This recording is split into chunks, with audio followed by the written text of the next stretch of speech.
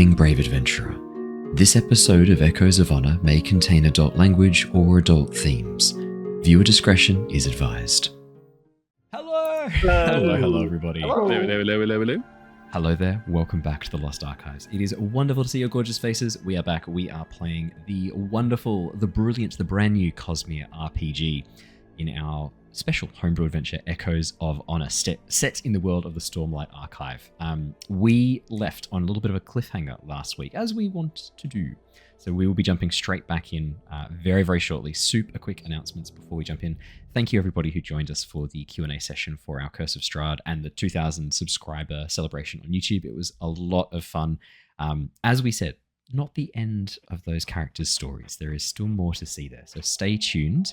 You will be seeing those characters pop up in other campaigns. Not this one, but other D&D campaigns. We're not doing anything cross-universe in that particular realm. We're keeping things canon here in our Stormlight Archive playthrough, in our Cosmere RPG playthrough. We're staying very, very much in the book canon.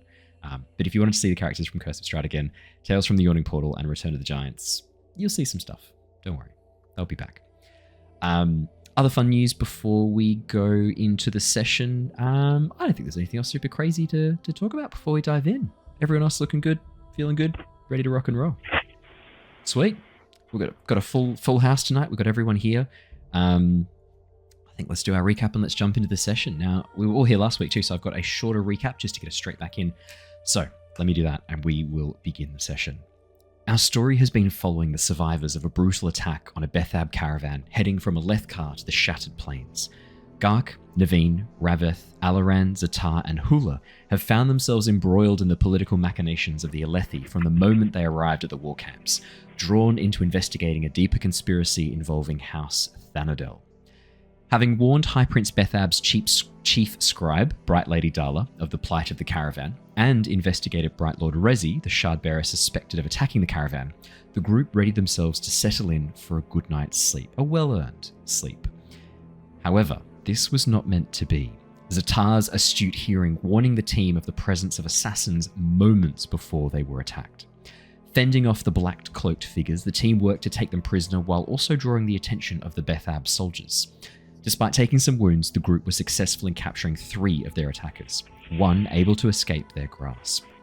We left off last session with the arrival of the soldiers and Bright Lord Pelegan, older brother to Bright Lady Dalah, who was particularly galled by the presence of assassins able to bypass the war camp security. So, where we left off last week, all of you have now had a long rest. However, the question I have for all of you, given that you were getting ready to settle down for the evening and get yourselves all settled for a good night's sleep before the assassins attacked, I guess the question is, how well do you all sleep? And is there any additional security or any additional efforts you take to protect yourselves in the night? Bright Lord Pelegan promised that he would have soldiers stationed around the outside of your barracks here, the barracks that you're currently residing in, that he would keep it safe, but these assassins did bypass these soldiers once already to get to you. So I guess I hand over to all of you, just as a quick sort of question. Is there anything you do to try and keep yourselves safe during the night? That silence is very scary, isn't it? I think Neivien, she's already kind of in a bit of a weird spot after the raid on the caravan and all this other violence going on around her lately. So she would have probably found a way to jam her door closed, whether that be wedging something underneath the door, like a doorstop sort of situation, or, finding some way to as thoroughly as possible lock herself in her room. She would be doing that. That makes a lot of sense. You do have a room to yourself if you wish it, Neivien, and Voran tradition. I mean, the fact that you're even in the same barracks as these men is already kind of, we're pushing against tradition a little bit there. Even your name though is kind of pushing against Voran tradition a bit. So let's say that you're a bit of a rebel in that regard. So in this instance, yeah, if you've got a room all to yourself, pushing something up against the door, locking something underneath it to try and set it in place.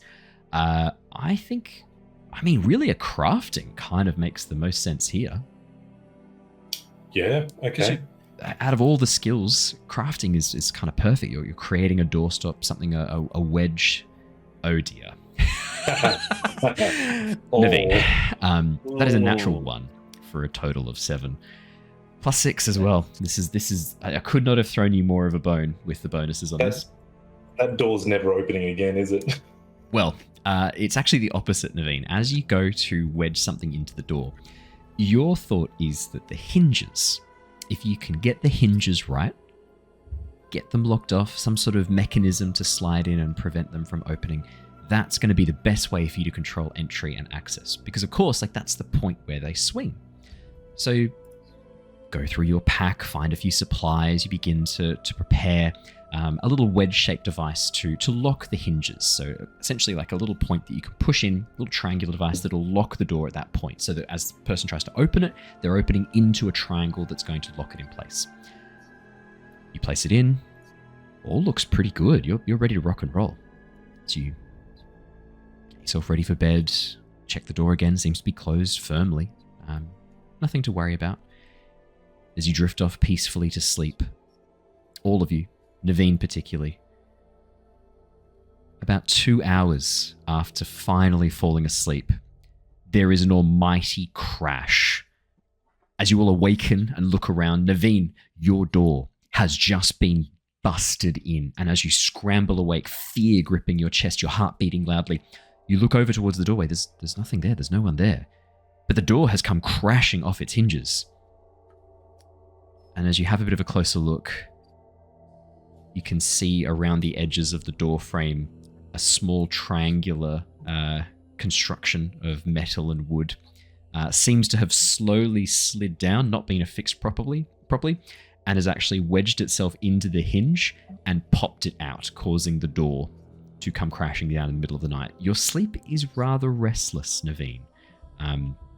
When you awaken the next morning, this moment of waking you up in the night, there are bags under your eyes, you are tired. It takes you a while to fall back asleep again after that happens. I would actually go one step further and say that Neivien wouldn't have gone back to sleep there. She probably would have gone to try and find someone high up in the barracks that is on duty around the place and demand another bedroom. And that whole time frame to try and find somewhere else to sleep, even if it's, needing to bunk with someone else and deal with their snoring. I don't think she's slept much at all past that, to be honest, by the time she's got all that sorted. Neivien, you head downstairs, you talk to one of the guards on duty. There's not really many senior people on duty at the moment. It's the middle of the night.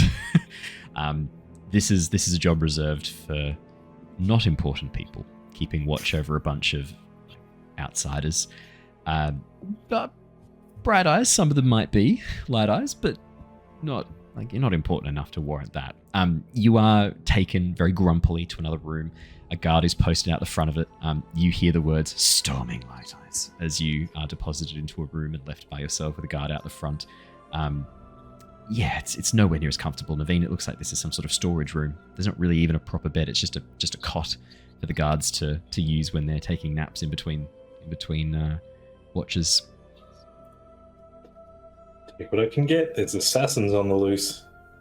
Yeah, well, there's at least an assassin on the loose. The rest of you, is anyone else doing anything to keep watch? Is anyone making any efforts to kind of to set up some sort of security for yourselves? Just out of interest. I was going to say, I think Alaran kind of could go two ways here, and I was thinking of potentially making a discipline check to see if he can get to sleep. If he's not, he's going to go and sit by the window of the room where the assassin escaped and just stare out into the courtyard with no intention of sleeping. Where the assassin escaped, or where you think the assassin escaped? Yeah. Because those are very different things. Very good point. Alaran wasn't part of that blunder. So, but you would have been told that's where the assassin escaped to. Yeah. Or one of the open windows that looks out into the courtyard. Yeah. So I was hoping to roll maybe a discipline check to see if he can find sleep, and if not successful, he'll Discipline sit by the window. Discipline makes a lot of sense. Absolutely. He ain't sleeping either. Oh boy. What is going on with your dice rolls tonight, my friends? That is a 2 for a total of 6. Alaran, you've never faced danger like this before. You face death every single day since leaving the kingdom of Alethkar, since leaving the borders of your High Prince's land. This is awful. This is terrible. How do people live like this? You're on edge. You're jittery. Yeah, I mean, go sit by the window looking out over the courtyard. It's now very late in the night. The assassins kind of attacked you when the sun had already set. It was already, the first moon was already up, the second moon rising. By the time you sort of settle down, it's really, by this point, the hateful hour where there are no moons in the sky at all. And you're just sitting there looking out over the Beth Abwar camp. Occasional light from spheres in lanterns lighting up the courtyards, torches occasionally moving through.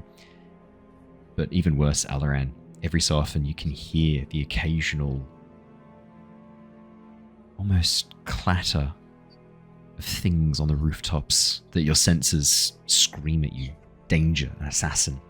And then you'll see a small Kremling scutter off the roof and disappear over the over the edge. A lot of nocturnal crustaceans coming out at night to feast on the various insects flying around, attracted to the light. Yeah, it's not a restful sleep for you either, Alaran. I mean, so far we're 2 for 2. Anyone else want to take any?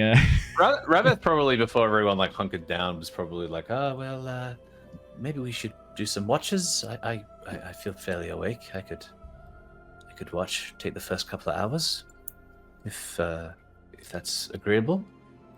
Is that not what Bethab pays the guards for? Well, it's just the guards weren't much help deterring the assassins in the first place. I feel much more in control if it's myself or any of you. We have fought together now. There is a level of trust here. I'm down for that. Assassins would be foolish to come back after they've already been defeated once. That is a fair call, but there was one that escaped. They could be back with allies, friends. In any case, I think some sort of watch would be agreeable. Ztar, you don't have to be a part of this. I think Gark said he'd put his hand up, and there's not many hours left, so I'm happy if I take first watch, Gark. If you would like to take second, that'd be good. Yeah, I'm down for that. All right. Hula would probably join in as well. He'd say, I trust the airsick lowlanders in here instead of the ones out there that failed us once.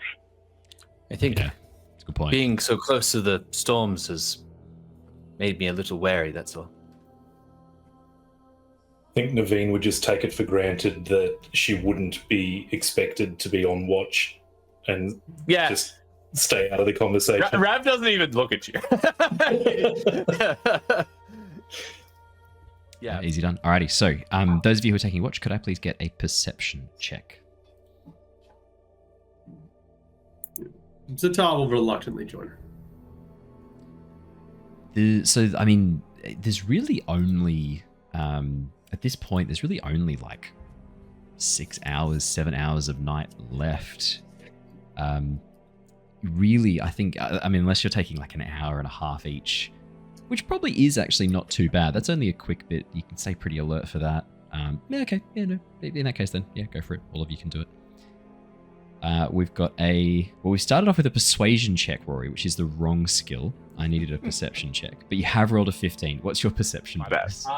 We've all rolled 7 so far. That's really funny. Perception is 3, not 4. No troubles. In that case, then 18. 18 from It was very similar. My defense.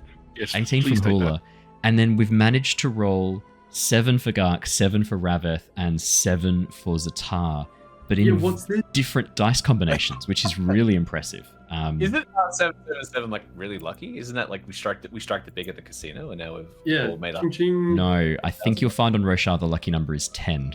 Man. Yeah. 16 on Scadrial. I'm trying to remember if there's a system with 7. Possibly the Elantrian system? I think that's 3, actually. Oh, well, that sucks. Hula, your keen eyes, your keen sense of hearing, you're used to staying up at night, keeping watch. As a a fourth son of a Horneated tribe, you've often been expected to work as a soldier to operate as a warrior. And because there are so few warriors on the Horneated Peaks, you've often had to pull all nights to keep an eye out and keep a watch. You easily keep a close attention, close focus on what you're paying attention to. The rest of you, Gark, Rav-eth, and Ztar, you guys are tuckered out. You've had a big 2 days. It's really not that hard to understand why you might be struggling to stay awake and keep focus. I'm going to say Gark falls asleep. Ztar and Rav-eth, you both don't wake up to relieve Gark of his watch either. And so all three of you just sleep through. No problems at all. Have a lovely, peaceful sleep through the watch. Hula, the only one keeping watch for his hour and a half, then going and heading off to bed. Makes sense. When you awaken in the morning, the sun shining through the thin curtains that cover over the hatches designed to keep out the storm, there's a moment of like panic as you realize that you've slept through your watch, and as you look around hurriedly trying to see if there's anything wrong, the sounds of the war camp coming alive begin to filter in through the windows. All of you at this point, as you awaken, Neivien and Alaran not very well rested, but Gark, Rav-eth, Hula, and Ztar feeling a bit more sort of rested, a bit more relaxed. The war camp, as it begins to wake up, is loud and noisy. The sounds of people calling out to each other, the sounds of hammers on metal, the sound of armor being reforged, reworked, swords being bent back into shape, spears being prepared. The lumberyard in particular, this ongoing soaring sound really cuts through and awakens you quite rudely. As you slowly sort of emerge bleary-eyed, there is a loud knock at the downstairs door. You hear a guard call up from downstairs. "Are you lot decent?"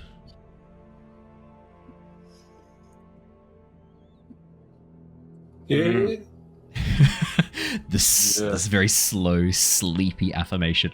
The guard slowly opens the door, and you watch as behind him, in strides, Brightlady Dalah, looking pristine, dressed today in a gorgeous green hava that has been embroidered with this like forest brocading, gold around the trim, and the colors of House Bethab, this very like dusty red almost, taking up these patterns across the chest and down the main body. In behind her, you can see there are two younger girls, probably in their sort of like early teens, carrying plates of food. As she brings them upstairs and places them on the tables before you, the two serving girls turn, bow, and move away.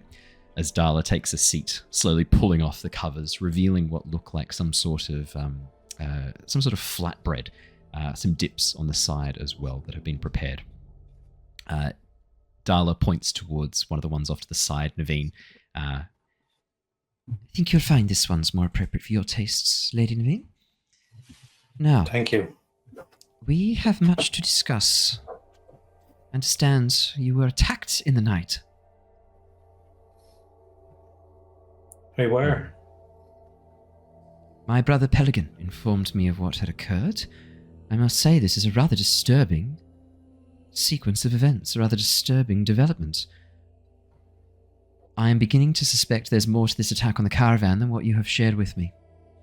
I'm not accusing you of anything. I'm not suggesting that you were in any way involved. But clearly someone thinks that you know something you shouldn't. Saw something you shouldn't.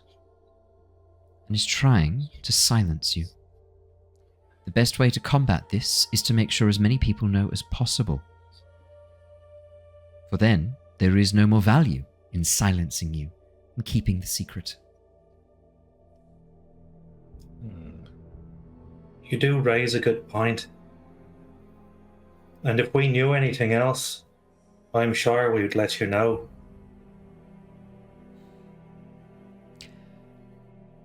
Trust is not something that can be freely given. It is something that is earned. I understand this. How may I prove that you can trust me?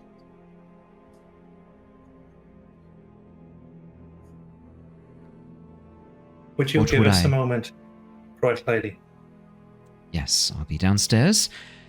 Pelegan is coming round to relieve some of the day watch. I'll wait for him.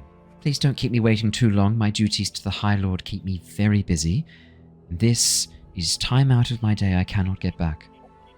Our respect for you is great. We will not keep you waiting. It's just important that we confer before going over things that are quite literally life or death for us. I understand. You watch as she rises, nods, makes her way down the stairs. One of the guards escorting her back out the front of the building. I'm sorry to send her away so quickly, but I thought it might be worth our time to have a moment to at least formulate what exactly, if anything, or everything, we're going to be divulging to these people. Well, we've just confirmed that there is something we haven't told them yet, so... I think she knew that already. I think we can extrapolate from what she's told us just now that she knows something's going on. Does she know the issue that we're trying to conceal from her in a bad way? Like, there's every chance that if she knows what we're trying to hide, it's for nefarious reasons. Look, it's possible. I think I know that I'm not exactly quick to trust, and I don't want to be making this decision for our group. It is not my place. Despite my rank here, I think this should be a group decision between light and dark eyes. I may not be as quick with the tongue to speak so eloquently, but trust is a important thing out in the wilds. You put your faith in the wrong person, and it can go very badly for you. I think this should come to a group decision. I myself am hesitant to divulge too much. I think we raised some good points yesterday about exactly who we should be putting our faith in, but we do need allies at the same time. We can't do all of this ourselves. I was not here for the conversation with this Light Eyes. What have we told her and what have we omitted? Neither, yes. We've only told her the basics. We were attacked. Okay, well, I think it is probably safe to mention the Brightlady Ralanat and that we're searching for her. But let's not mention anything else relating to who we suspect is involved in the attack before we start a potential political incident. We shouldn't mention that we're looking for Ralanat. Why? I suspect if anyone can help us find her, it will be this lady to give us a lead. We should say that we have concern for her. Sure, but if we make it clear that we are searching for her, that may not play to our advantage. We are worried about her. If there is anything that she can share about her, like she was in charge of the caravan, and we have to give this lady something that we would have been wanting to keep a secret. Concern for a low-ranking Light Eyes on a caravan doesn't exactly merit a secret. But her potential betrayal, I think, would be something that would satiate this one's curiosity at this point. I must say that I agree with our parched companion to an extent. I don't think... Look, we were attacked last night. We got very lucky to survive that. And I think if we're going to beat around the bush with these people, they're going to know that there's a link here between who we're looking for and that attack last night.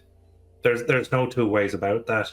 But here, I pull out the broken span reed that I'm either have almost completed fixing or completed fixing. Up to I would say discretion. if you've spent the night unable to sleep, Neivien, do you want to make a crafting check for me? Sure, we'll try that again. Hey, it can't be a natural one again, can it? I mean, I guess it's a 50-50 chance that either is or it is. We know that. It's a 50-50 chance, definitely. We know the stats. That's got to be a t-shirt, right? It's a 50-50 chance. Oh, there we go. 17. Neivien, you have had a chance to fully repair the span reed. To the best of your knowledge and ability, this should be fully functional now. Neivien, the light, the gemstone, is flashing. I put it on the table. Yeah, tells you there's a message there. I pulled this out of the Brightlady's camp before we left after the ambush. It's a span reed, one of hers. Now, I haven't spoken to whoever's on the other side yet, but there is a message here waiting. If you think it's right and that we should follow through on this potential lead, now might be the time to do so. I would love to see some more information, Neivien. Thank you for doing this. All right. I scavenged out some papers and put the pen to work. Neivien, as you touch the gemstone, you watch as the span reed immediately flicks up, held in place across an unknown distance, connected now to the other half. There's a pause, a minute, then a second, and then suddenly the stylus begins to move, writing clearly. The text is in the Aelthi women's speech, the Aelthi women's language. Scratches and lines, harsh, angular annotation. And it reads, Ralanat, advise of status. That is all. I convey the exact wording to the others. This seems to have created more questions than answers. I unfortunately, again, agree with you. Is it possible? I'm thinking if we got... Can we trick whoever's on the other end? If I were to say something along the lines of, I'm sorry, I got my reads mixed up during the confusion of the escape. I've only now managed to get this one working. Can you please confirm who I'm you read speaking who with? dis, but like in a more... I like that. It's fun.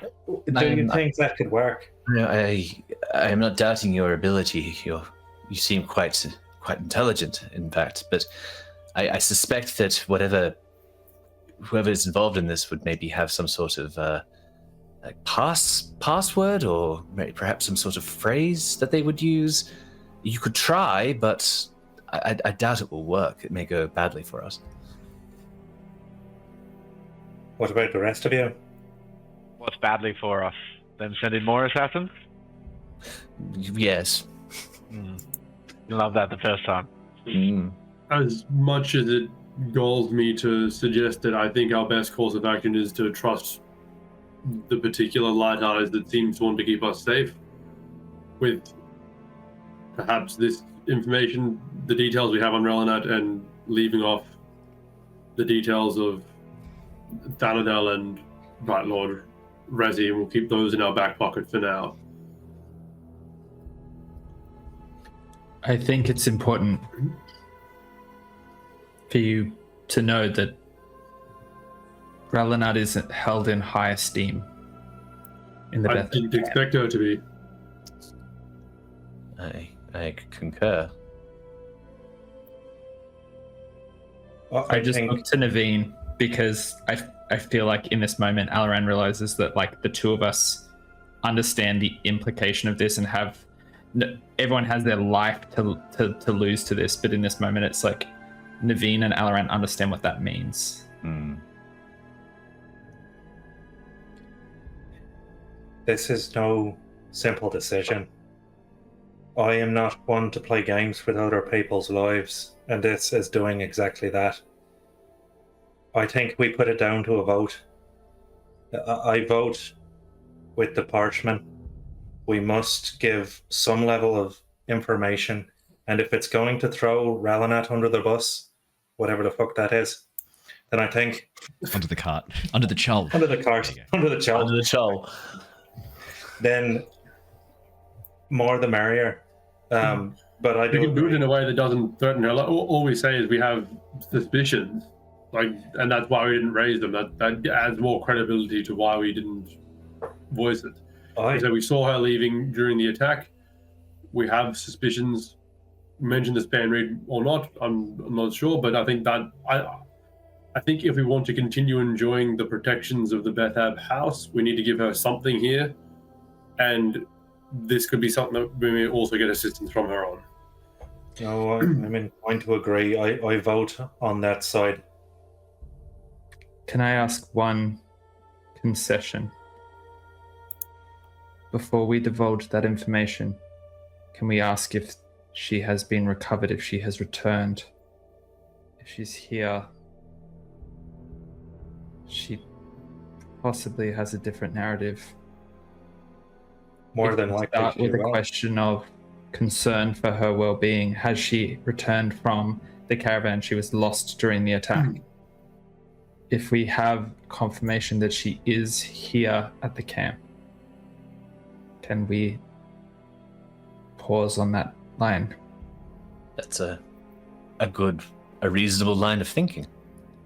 I agree, and I also think perhaps we're overlooking a very important point here. Those assassins that we've captured, they may very well be being ployed for information. And if that's the case, what do they already know that they may have already told? That we may then be looking as though we're not playing fairly. That's it. That's my only concern with this more cautious approach from you, Alaran.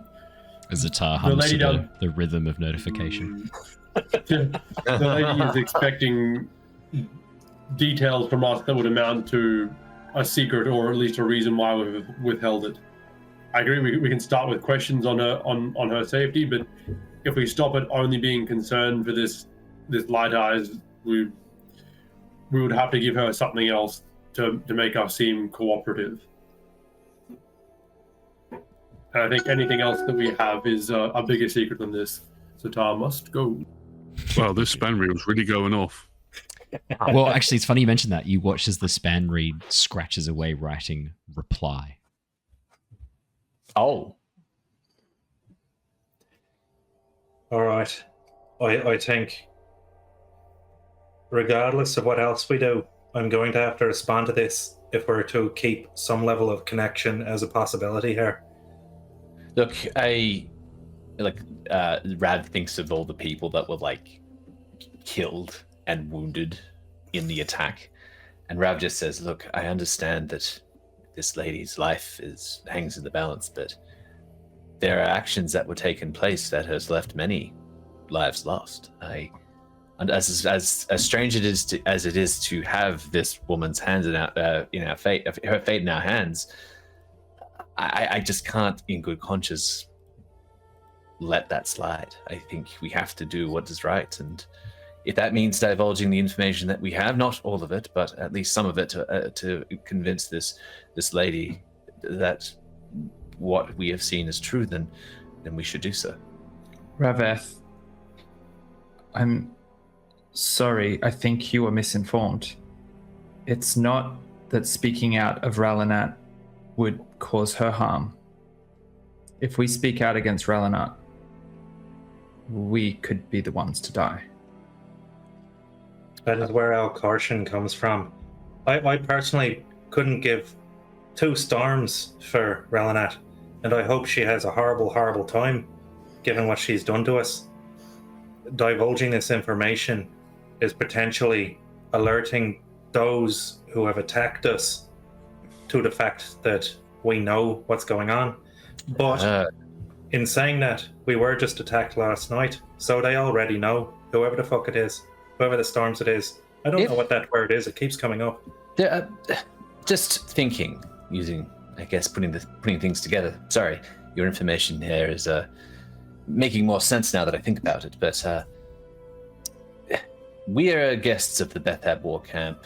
If Lady Ralanat is at least nearby, or is in some other, maybe she is in this camp, is it not then suspicious that she is? Well, I guess we don't know. Has she survived the night unscathed or not? That is a good question. It is a good question.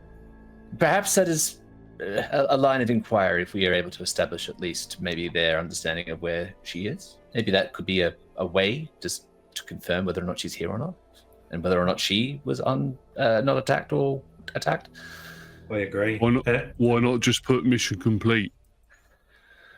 See what they say back. That is also a possibility. Yeah. One thing that's just occurred to me. We're being cautious because we don't want to divulge what we know for our own safety. And yet, somehow, those assassins found us. Who did we already divulge information to that knew about this? Somebody, the cat's out of the bag. I think, now that I'm thinking about this, and it's taking me a bit because I did not sleep well. That's true. I hadn't thought of that. I hadn't equated that into my calculations. I think we might have already lost this gambit of lying. I don't think we have anything more to lose now that I'm thinking on it. That's a good point. Unless, of course, it is this Brightlady that is the issue. But regardless, I think we should probably just go with something at this point. She needs to be told something at the end of the day. You're right. The Brightlady should be trusted. She was the one who organized her brother to organize the troops that went out and got you, Rav-eth, and the other members of the caravan that have come back. If it was about covering it up. So far, it's just Rav-eth and Hula, and two of the guards who traveled back via horseback. The rest of the caravan were too injured to be put on the backs of horses. They're coming today at some point, having been transported overnight. Right. I suppose yes. If they were trying to clean shop, so to speak, they could have just dispatched us there and then. That's very true. No, look, this thing's going off in my hand. I need to respond to this. We've got one vote for mission complete. I'm not entirely sure what to put. Can I, Owen? Because obviously I've done a little bit of court intrigue to an extent, and a lot of women's intrigue work in the courts. Knowing, it's tautology, mate. You can just call it women's work. We know it's intrigue. Knowing a little bit about Rav-eth, at least a little bit, I would imagine from just being in the similar circles. Can I make some sort of a check for what may be a likely passphrase or like a common passphrase that may be used or anything that... Yeah. I'm going to say, because this is tricky, right? Like if it's a common passphrase, then it's not a passphrase, right? Like by definition, it's just a word you use that everyone uses. I'm going to say this falls under... I almost wish there was like a luck stat. I could be like, test your luck. I reckon probably law is the closest that I can think of that would work well here. Keep in mind, this is a very hard check, Neivien. You don't know Ralanat personally. The time you spent with her in the caravan was very limited. And you're asking if you can figure out, based on next to no information, what a passphrase might be for... This is going to be a very difficult check. A passphrase that may not even exist. Yeah. Can Rav-eth also assist in this law check? Maybe in some way, maybe give advantage. I mean, because he would just be like trying to really think about like anything he's read in his travels, anything that he's seen, like because he's a pretty well learned individual. He would just be trying to like recall any type of information he can possibly gather at this point. And in addition to all of that, I'd like to raise the stakes on this roll if possible. You may raise the stakes, absolutely. Could I just ask, with the statement of the Spanreed being Ralanat advisor status, that is not giving a passphrase, so maybe it's not unless it's hidden coded statement. Right. Like every you might be overthinking it. Like the response of the status could be a passcode, right? Like that's the risk, right? It feels like identifying Ralanat in the message feels like something. If it's a coded series of message, it feels strange to then need. That's true. I don't know. You're already divulging the name, right? So it's like, but it was her span read. The only way you'd have this was on her person. So like whoever finds this knows it was hers. I think above table with this, if we fail it, we're none the wiser, and we carry on. If we pass it, we get some pretty decent goody information that might be helpful. Yeah. For me, I think it's worth the risk, but this is a one-off. We don't get a second chance on this, so it can't just come from me. Yeah. All right. Do it. I think it sounds like we're doing it. Oh, hang on. All right.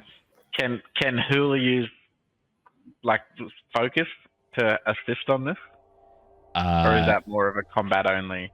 You could use focus during social things. How would you spend your focus? What are you spending it on? Well, I've got the decisive command, which is like a command die D4 to add to his roll. You can. I'm happy for you to spend your focus. And what do you tell Neivien? Like, make sure you write something, lass. That's your decisive command. Like, come on, come on! Yeah. But from the don't breathe in too much oxygen, you airsick lowlander. I wouldn't know many of the potential sort of options. I wouldn't be familiar with the course. Yeah. But I'd be very encouraging to trust themselves and believe that they know what they've done. Yeah. You can spend a focus on this. All right. Now I'm happy to allow my that. notes, like furiously being like, yes, Aelthi, sales agents. And I'm just like trying to find something. So it's you may roll with this advantage twice. Okay. Yep, you may roll this twice. The advantage on this, I can't remember if it works super well or not. Give it a go. I'll roll it twice. And then okay. Yeah, I'll roll it twice because I know we've had some issues there. And we'll do the raise the stakes on one of them. We'll see if you get the opportunity or the complication. Yeah. Okay. So I just do it on the one. That was going to be my so question. the raise the stakes isn't with advantage. It's the D20 that's with advantage. Sweet. And then there's a +4 added. I think it's a D4. Yeah, D4 from Decisive Command. D4, Rory, do you want to roll a 1D4 to see what it's worth? Yeah, cool. All right. Before you write anything, It's a 1. Oh no! It's something. Something.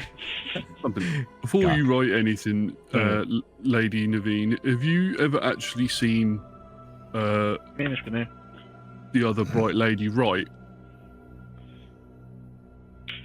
I don't know. No, I haven't. Ah, because I was just thinking if you're writing back as her, wouldn't your handwriting need to be similar or the same? Oh, no. That's true. Not if I've been hurt. What if I feign an injury to my hand or my arm? Or perhaps I got a couple of fingers broken in the attack? Mission complete. Sorry for bad handwriting.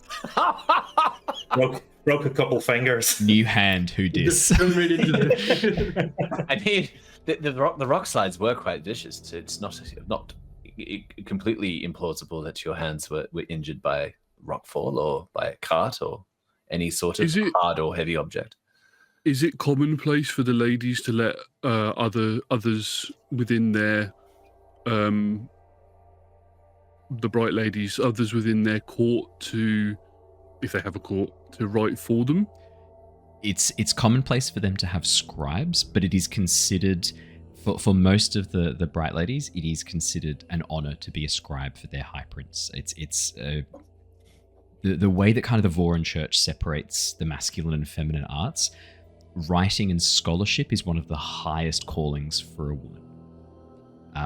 It's considered very much a social, a very high social, pro-social behavior. Being a scholar, so writing for your High Lord, being a scholar, it's very much a high social status thing. If it's such a high social status, would they be ambidextrous? I think much like our world, some people would be, most people would not be. Because if you think about it, the motivation to be ambidextrous is pretty limited. I mean, it's a massive ball ache to be proficient in that way. Writing with your safe hand might be contentious. Exactly. That's exactly what I was about to say next, Raph, is like, and in addition, the whole concept of the safe hand, a hand that is never shown to society, very tricky. That's very true. Well, then in that case, yes. Well, it's quite plausible then that the lady damaged her dominant hand. You could be your off hand. I think if I am understanding where Gark is going with this, perhaps I am posing as a scribe for the Bright Lady, seeing as she has damaged her hand so badly that she cannot write. And would you use a scribe if you were sending coded messages to a potential... If it were someone you trust, and then again, I'd be pretending to be someone else, writing for someone else. I think it might be better if I just have a go at this. Yeah, I think maybe we just do it. We just say mission complete, advise next steps, and take it from there. Well, I'm racking my brains to say if there's any better things that we should write down first. Otherwise, it might be mission complete. I'm just going to have a really good think right now, and I'll let you know. The span reed is still hovering in place. The last word written was simply the word reply. Neivien, a little bit of time has passed. You know that delaying much more is just as bad as responding with something really obvious that you are not the person. Alrighty, we've got our two skill checks. Could you also roll for me a D? I guess we'll have to roll a D6 separately because it doesn't look like it's applied to raise the stakes, but that's okay. If you just roll a D6 separately. It's a 6. It's a fucking 6. That's opportunity. That is a success on the opportunity. That's huge. So Neivien, we're going to take the 19. You rolled a 19 and a 7, so total of 11 and 23. You get a +1 to that, so that takes it up to 24. Plus the opportunity. So you don't get the 6 added, you just get the opportunity from it. Yeah. Neivien, you don't know any passphrase that could be a guaranteed surefire hit here. But then as you're looking at the actual text, Ralanat, advise of status. The text is the passphrase. The way that it's been written.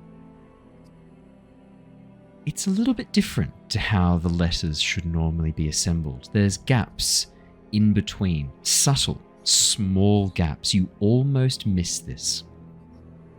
But in between the letters A and D of advise, and in between the letters L and A of Ralanat, there are very small, subtle gaps, as if someone had merely moved the stylus a little bit too far.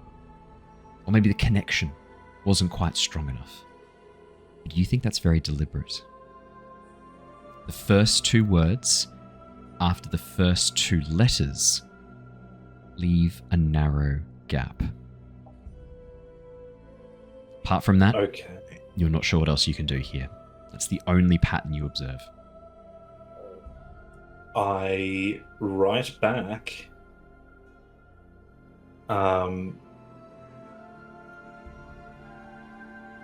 was injured in the escape. However, it went well. There were survivors. It is being taken care of. What are my next steps? As you finish writing this, Neivien, I am going to need one final check from you as you try and do your best to write in a script and a style that you think suits Lady Ralinat's handwriting, having never seen it before. That's a killer. Could I please get from you? I think the closest from this... there's really nothing that perfectly matches this.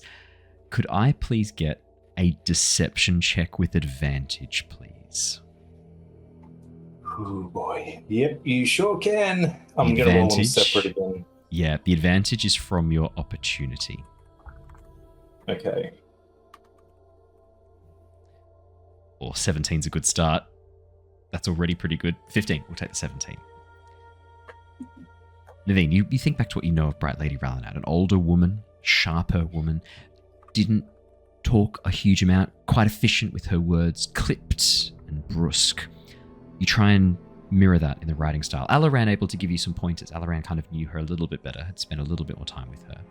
Able to kind of give you a few little personality traits that you think helps construct the identity of this woman in your mind, how she would write as a result. There's a pause as you finish the message, leaving in place the two gaps in the text. Then the stylus begins to move again. Survivors should already be eliminated. Return to base.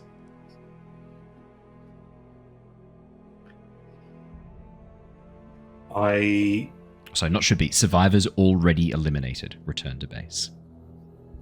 Interesting. What? I read out that response. I read out what I wrote after the fact. Base? And I took a knock to the head. Can you please remind me? I use Lost map concussed. base. Please provide directions to base. Yeah, draw a map. Lost. Can you draw a map? I relay everything, and I'm going to double click the end of the stylus as like a message received but no further contact, and put it down. So it has like the double flash and that's it. Perfect. Yep. Very nicely done. We know she is a bad guy, but no one has any further issues with throwing her under the charm? Not at all. No, and now we have damning evidence against her too, in writing, right here. I don't think we should say anything until we see if the other survivors have come back alive. Neivien, can you make a second copy of that? Us getting assassinated last night. Okay. One more time from Harrison. I assume they were referring to us and us getting assassinated last night. They could have dispatched assassins to deal with the survivors. They would have been left there would have only been a few guards. It's possible they could have been attacked on the road on the way back. I think even with span reads, news does not always travel that quickly. I don't know if there would have been time to dispatch such a large force to attack what were remained of the caravans again. A lot of bodies too. It's a lot of bodies. After Rav-eth and a couple of the guards came back, there wasn't many of them left. Only a few. Maybe 8 or 9 people. That's more than enough for a well-armed contingent of, say, looks at the mess that's in this room, 4 or 5 assassins could deal with. And is it not in our best interest to inform someone of this so that they don't get killed? How does keeping this a secret benefit the survivors on that trail? I Because we don't know think who that we it can does. trust. I think we're going to, at some point, and I can't believe it's me saying this, but we're going to need to find someone to trust. Now, I have one loose end that is bothering me. Last night during the attack, there was a person who got here first, a Light Eyes, who was clearly not of the guard. He said his name was Vanir. He helped us, but then he left quite quickly.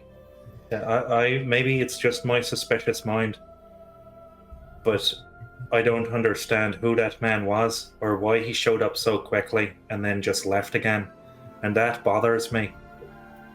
Then that's something we can definitely ask the Brightlady who he is. She would know.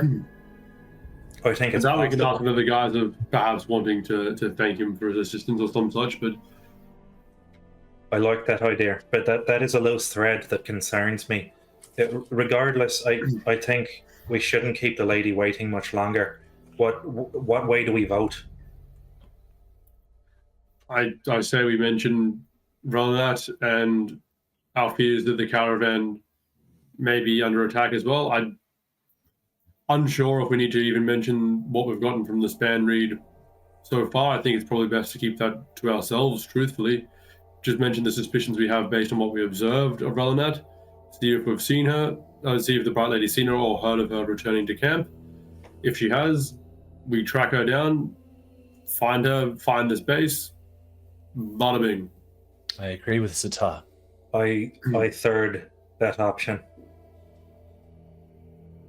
Alrighty. I'm against it, but do whatever you want. Well, no, that's the whole point of a vote. But I mean, it's already 3-4 to 1 anyway. But if you vote to let this other Bright Lady know what's been happening, and then these people turn up dead, when she's the only one who knows that they're out there, then that puts her in the same vein as the Bright Lady that we're going after. So that, we don't know who we can trust. Well, clearly the people sending assassins already know who is alive and not alive, so mentioning that to this one surely would do no further damage to their status of alivery. That is true. Anyone that knows we survived last night is not in on this, or at least is not aware of the higher chain of command. Like I said, we don't have to mention anything we've gotten from the span read so far if we don't want to, but That could just be a little bit of a trick up our sleeve. We can. yeah, we just mentioned we have concerns about the safety of the caravan based on the fact that we, got attacked by assassins. I think that works, and I fully understand where you're coming from with that, Gark. I do, and I think you raised some very good points. I think our main focus should be on our concern for the Bright Lady, trying to get information on that front, and depending on how the conversation goes, maybe we just play it by ear. It's not necessary that we need these forces to help us with the caravan. We could potentially find some other soldiers willing to go out, maybe ones who are already going on patrol, to pick up that slack and double check. I don't think we should keep the lady waiting, the bright eyes lady waiting too much longer there. I agree. Very I much. think we're also keeping the whole taps his chest, does this with his hand secret as well. What was that? Well, when people, do that and something sort of appears in their hand and they sort of cut you and then your arm goes a bit. Yeah, no, we're not. I don't think we're going to discuss the. No, just relevant. Like I said, we only need to give her one of our secrets to keep her happy here. Agreed. Oh, yeah. And I think we guard the others for the moment. I'm also going to fully assume that they already know everything that's going on. Should we anyway, also so- tell her that we have to do some weird mercantile research service that you've signed us up for? Is that relevant to you? Oh yeah, Gark, Is it- could you please elaborate on that once we get out of this little bit of a mess? Yes, I would also like to know what I'm elaborating on. Well, you know, Gark, that you've been told to investigate any recent shipments of large gemstones. Yes, I do have that goal open right now. Yeah. Well, not my goal, not large gemstones. It was just somebody spending an awful lot of marks. Yeah. Given that would have been something has been stolen from Cabranth. Yeah. Exactly. Yeah. Parchman, will you go let the Brightlady know we're ready to see her? Ztar just flashes you a look. Oh, The rhythm of derision, I imagine, appears for a moment. Ztar. Old habits die hard. The rhythm of storming light eyes is hummed for a moment. Could keep up appearances. Fine. And he wanders over to the door. Yeah. As you head downstairs and open the doors, Ztar, Dalah is no longer alone. She is currently talking to her brother, Pelegan. Dressed not in his shard plate like he was the previous night, now dressed in a very smart Bethab uniform. You can see Pelegan looks a little bit tired this morning as well, keeping himself to attention, a very, very sort of stern look on his face as he talks with his sister. As you both open the door, you watch as they turn and look towards you. Dalah not even really bothering to hide the look of annoyance at how long she's been kept downstairs waiting on you and your companions. She doesn't even acknowledge you, Ztar, merely gliding past as she walks up the stairs. Pelegan pausing as he looks at you, nods once, and then gestures for you to walk in front of him as he closes the door. I do as I am commanded. This is a kind of sign of respect, letting you walk up in front of Pelegan. Also probably a sign if he doesn't fully trust you as well, Ztar. But I mean, he kind of saw the aftermath of the fight last night and saw you working in a very active sense. He's not as suspicious of you. Well-trained partner. You're not sure he believes that. You think there might be. You think he might have suspicions. As he follows you up the stairs and Dalah goes and sits down, Pelegan stands to attention behind her in his uniform, looking for all the world, not as her brother, but almost as a high prince himself, standing there. As she sits down, not even hiding that look of annoyance on her face, she goes, "Well?" Firstly, our apologies for the delay, and thank you. We're very grateful for the time you allowed us. Yes, well, I didn't have much of a choice, did I? Well, anyway, what we know is that there appeared to be some issues during the attack, and the Brightlady, she, from our understanding, got away, but we don't know if she was safe or not. Did she make it back here? Has anyone heard from her? Now, I know you are speaking of Brightlady Ralinat because I looked up the records. Checked in to make sure I could see who was supposed to be accompanying that caravan. She was not supposed to be with that caravan. Our understanding, the agreement we'd made with her, was that she would be staying behind in Kholinar, not travelling to the Shattered Plains. So your news that she was with the caravan, that is an interesting development. What's more, young Alaran here. I have also had a chance to follow up on your family name. Your description. Alaran Tinalar, I believe. How fares your father?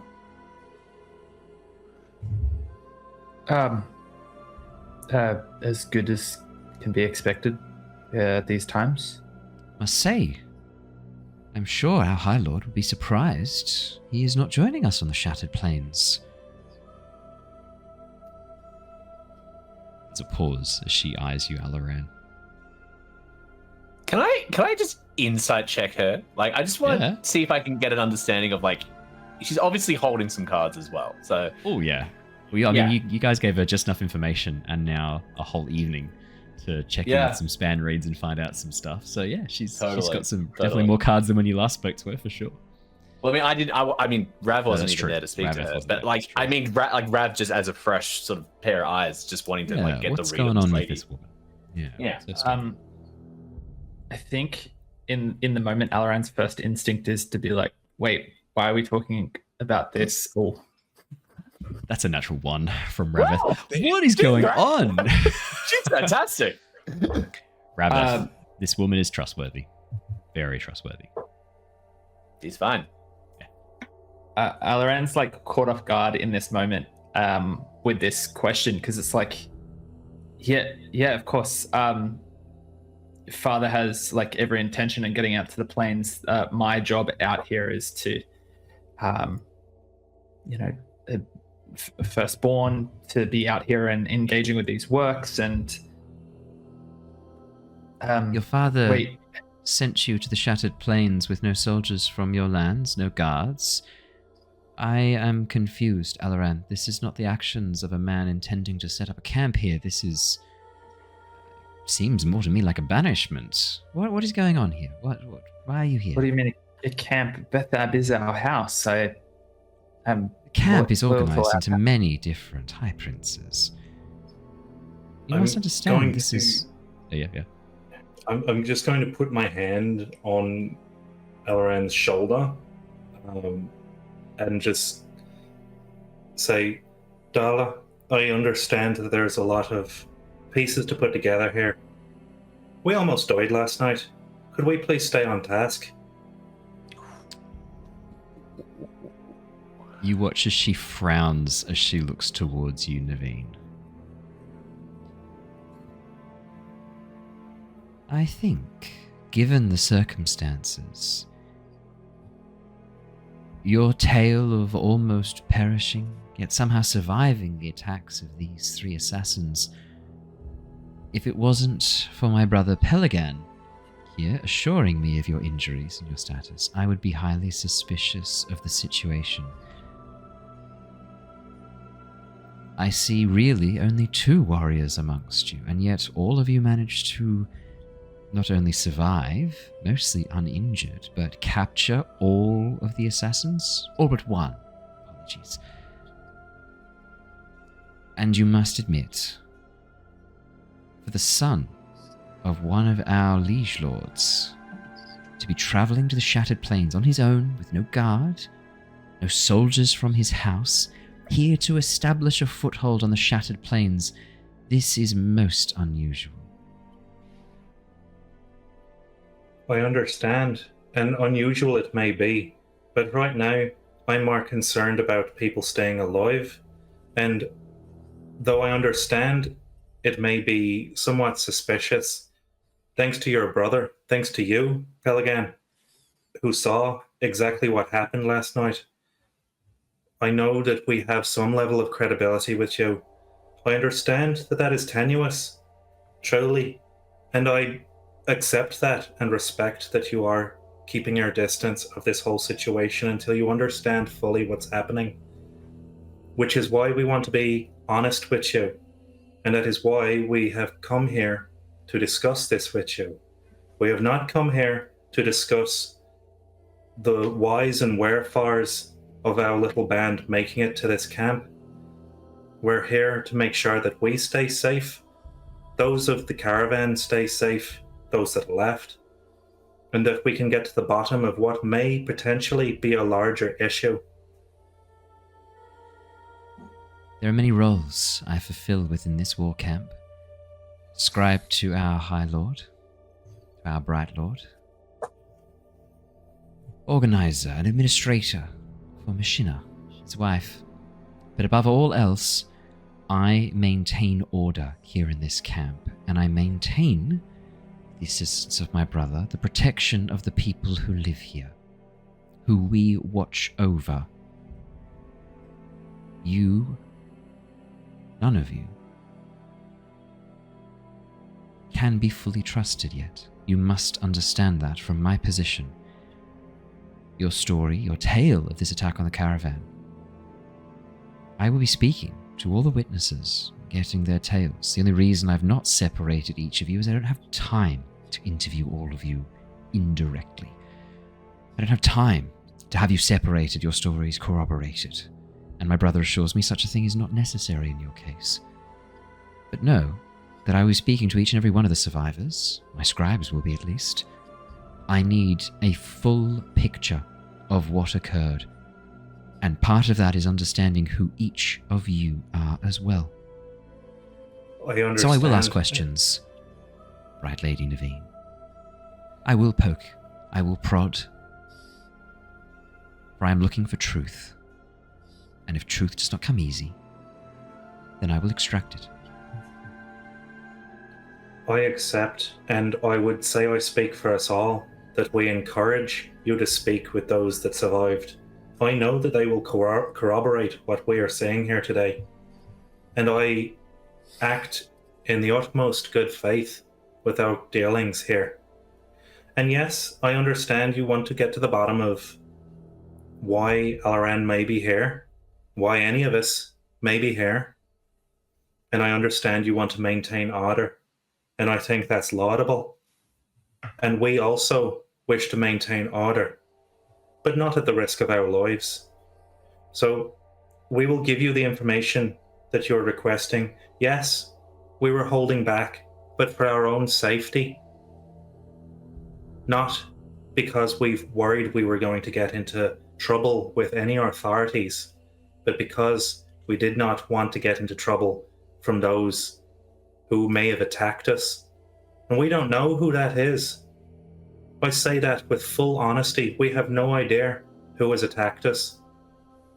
All we know is that bright lady that traveled with us, she seemed a little suspicious. We don't know the ins and outs of that. That's why I'm asking if she made it here safely, because there seem to be some things that were not adding up. And that's all we know. Something happened. She may be part of it. Our lives have, once again, for a second time in not very long, been in danger.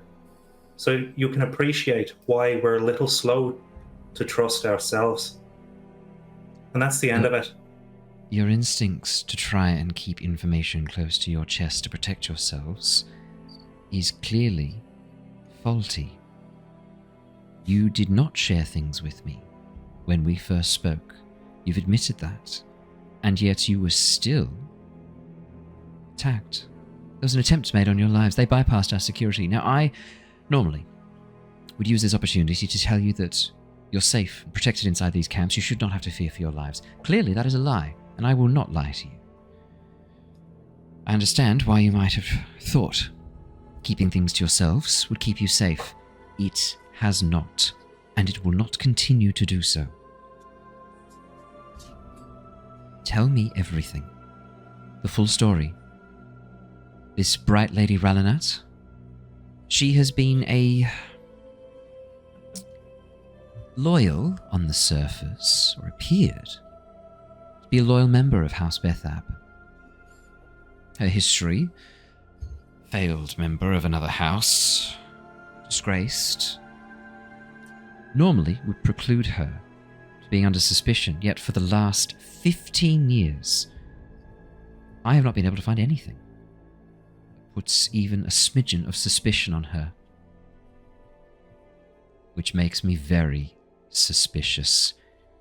Everyone slips, everyone has dirt, everyone fucks up. Yet somehow, this woman has managed to act as if she were one of the heralds. If you say there was something suspicious about her, tell me what it was. Her presence on the caravan is already suspicious to me, but just as suspicious as Alaran's.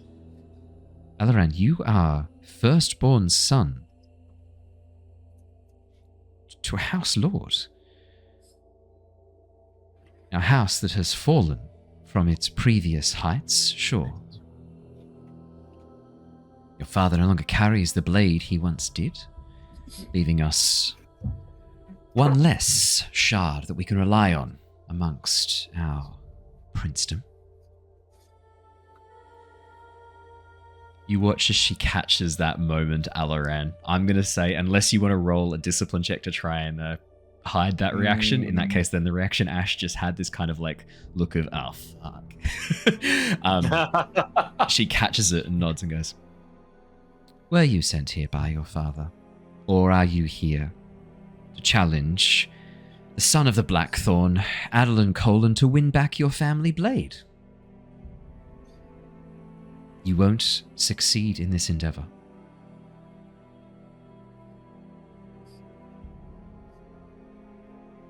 You should have told him that.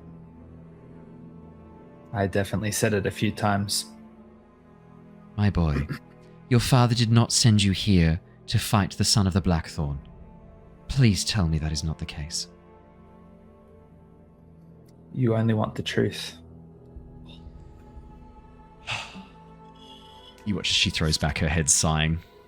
Behind her, Pelegan, a wry smile with not even a hint of humor, speaks up for the first time. I told you Rav-eth was a fool.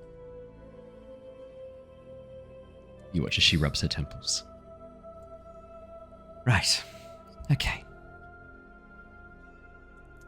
Well, Alaran, I don't know what I can say, apart from that your father has made a misguided, As she looks up towards Pelegan. misguided attempt sending you here. Foolish or not, it's not our place to comment on the actions of one of our liege lords.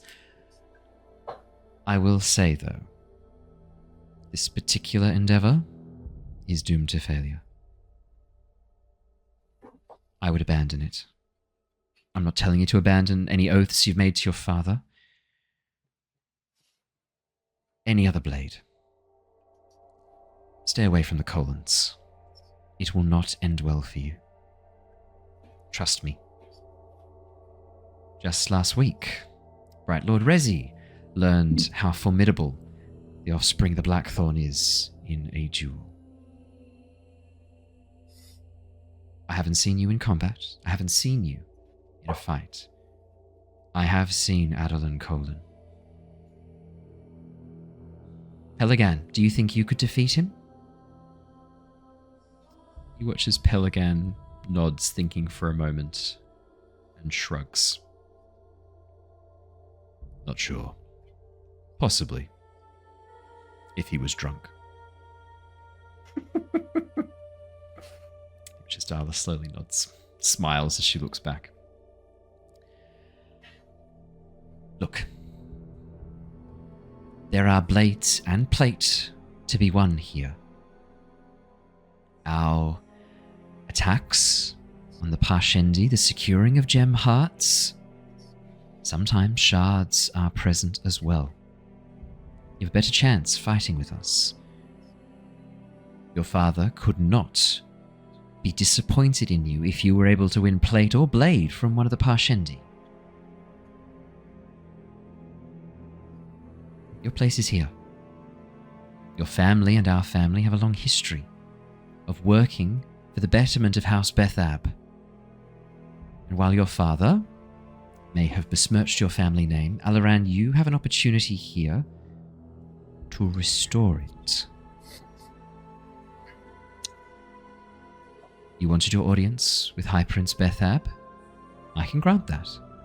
I think you should present yourself to the High Prince.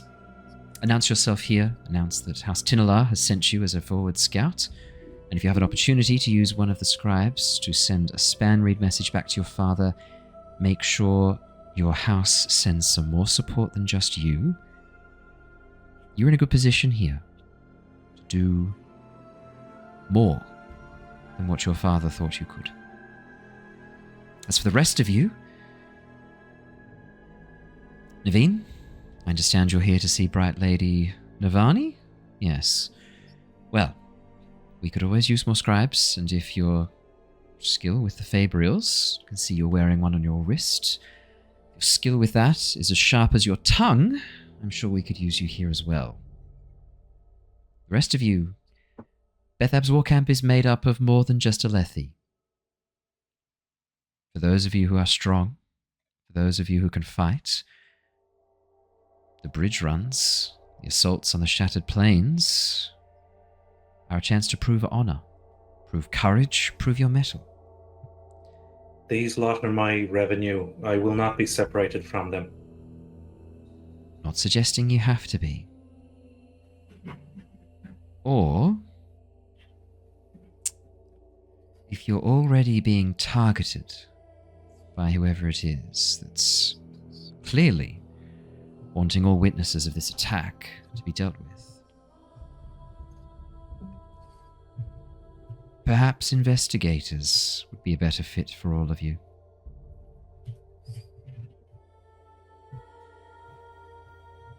You want answers? I think we do. We certainly do. And I think I can speak for us all that we want to get to the bottom of those who are trying to attack us. I would gladly be an investigator in that capacity. Good. Understand you'll be working underneath myself, Highmarshel Pelegan here, in an official capacity. This will tie you to House Bethab, those of you who are not already tied. As she looks over at Alaran, gives a little smile. You don't need to make this decision lightly, but it would help if you could start with the truth. What happened during the attack? Alaran is going to speak first, unless interrupted. I ran into the tent of Ralanat as the attack began. Ralanat was packed, had multiple bags packed to leave, despite the fact that we were set up camp. There was things loaded into a series of packs, and she was moving out. She wasn't rushing or stuffing things into bags. She was prepared. Forewarned, I imagine. It seems so. She didn't have concern for the attack. I thought. Very well. Any other details? Anything else? About the attackers, about the events that unfolded? Anything that we could use? I'm not going to make this information public. It is just for me and Highmarshel Pelegan. Okay. For now, well, at least.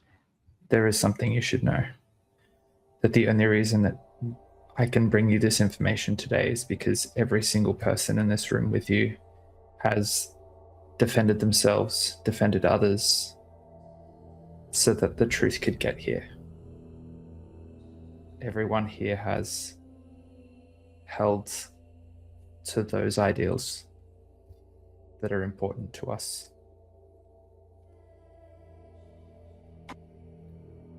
You watch as she takes a moment, studying each of your faces one at a time, not saying anything.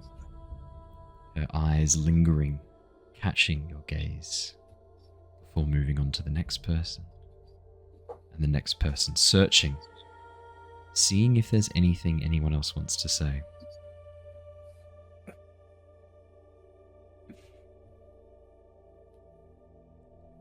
After a few moments of tense silence, you watch as she nods, looks up towards her brother. Very well. You may not wish to stay in these accommodations since they were attacked last night. We're going to move you a bit closer. Closer where we can keep an eye on you. Neivien, you'll be staying in the women's quarters. I have set aside a room not too far down from my own. The rest of you, Highmarshel Pelegan has cleared out some of his personal guard. You will have free use of the ground floor underneath his accommodations, just to the left of the command center. I'd like to just quickly shuffle over to Neivien and give her a little harsh nudge and whisper about the what was his name? The guard, the not guard. Oh yeah, the blonde-haired guy. Thank you. Yes. All right. Yes. Dalah, thank you. I'm sure that I speak for us all with our gratitude for your hospitality, given the circumstances, and I thank you for finding relevant accommodation for all of us. I firstly do want to confirm that our parshmen will also have board appropriate and similar in status to the other Dark Eyes here. Similar status? I know. Will you grant me this boon? Allow him a space as well. What you do with your parshmen is your choice. If you want the thing to stay with your accommodation, that is your decision. I'm not going to make decisions either way. I am certainly not going to grant its status. No, I don't mean grant its status. I understand that. Just make sure it's got a nice place to sleep. Same as the rest of us. That is your decision to use the space as you wish. Right. All right. Thank you. I appreciate the accommodations there. Sorry, Haz. I hate speaking like this. I'm not a fan of this, but unfortunately, I need to go have a shower after this. Yeah. I think the first time Gark has been very deadpan the entire time, but that has sort of put a look of annoyance on his face briefly. I unfortunately, if you've got questions, direct them to one Brandon Sanderson. He's the one who wrote this world that I have to inhabit. It's just that Gark didn't grow up with Parshendi being, because growing up on the ship, I've said this before, if they fall off the ship, they cost a lot of money. So he's always been very sort of hands-on with everything and never actually relied on a Parsh before. So he sees Ztar as an equal to us, especially with the work that Ztar has done to keep us alive. I mean, Ztar saved your lives last night. It was Zatar's early warning that stopped these assassins taking you all out. I think Nevien's clearly recognized that. Rav-eth was kind of already on board with that, I think, before. But for Alaran and Hula, probably Alaran more than anyone else, this is like, there's some self-examination going on Alaran, I imagine. Or at least hearing them being referred to like this is annoying, Gark. Yeah. Rav is probably like, I think with the nat 1 on the insight check, Rav probably the whole time has probably been looking around like kind of like, should we? And then kind of like not wanting to say anything because he doesn't want to be out of line. But kind of like glancing around like, should we say something more? Maybe she's trustworthy. I don't know. But can't actually say that. But at the mention of that, like that's probably like he's like, oh, hang on, like that's Ztar you're talking about. That's our friend. Gets a little. Nevien's going to. I mean, look, still trying to find a way forward that is in a world that makes sense to her still, with allowing a parchman a bedroom. Oh my goodness! But taking his little nudge there, she's going to direct her question mostly towards Pelegan, I think, but also Dalah. I'm going to start enunciating the G more so it doesn't sound like I'm saying pelican. Pelegan. Because I'm hearing it back now where I'm like, oh, it's Hybrid's Pelican. I do actually have him down in my notes as Pelegan the bird. Oh god. Yeah, Pelegan. I'm going to start changing the way I enunciate it. Pelegan. Pelegan. Last night when we were attacked, I'm sure it's no secret. In fact, it couldn't be because I was screaming out the window for assistance. The first person that arrived, he wasn't a guard, and he seemed very helpful, but there's something that's just not quite sitting right with me. Do you, either of you, know of Vanir? He's also Light Eyes. You watch as they both immediately share a little bit of a look as Pelegan shrugs, nods. Yes, I know of Vania. He is a loyal member of Bethab's retinue. He was the previous Highmarshel before me. An injury prevented him from continuing his duties. He sits in a grey area, I would say, within the military chain of command. Well respected, well liked, well listened to, while not occupying any official title or capacity. All right. If I may, what sort of injury has it been attended to by any of your doctors, or what could it be? Sorry, I'm a learned member of healing. Perhaps there is some knowledge I could have to assist. You watch Rav-eth as Pelegan's face. There's a look of disappointment, of reservedness.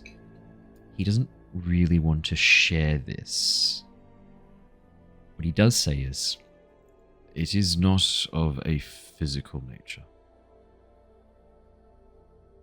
I understand. I know.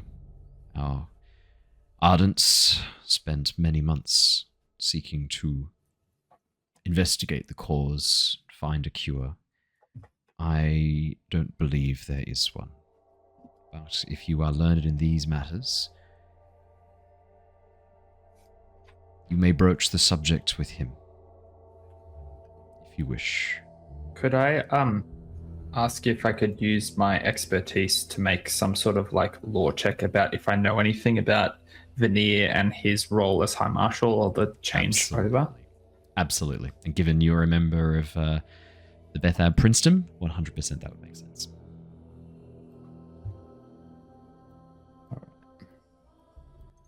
I reckon we're due for a natural 20. One. 3. Total of 5. Oh no.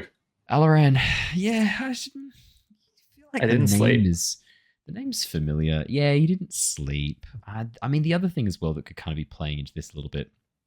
I mean, this sounds like it happened a few years ago, and really your sort of main attention on the Shattered Plains was focused on dueling, not on Bethab's court. You're not really sure. You don't really know.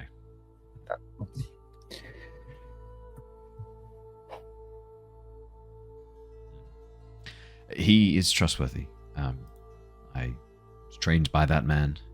If he ever offers to show you some of the skills he's learned in combat, you would do very well to accept.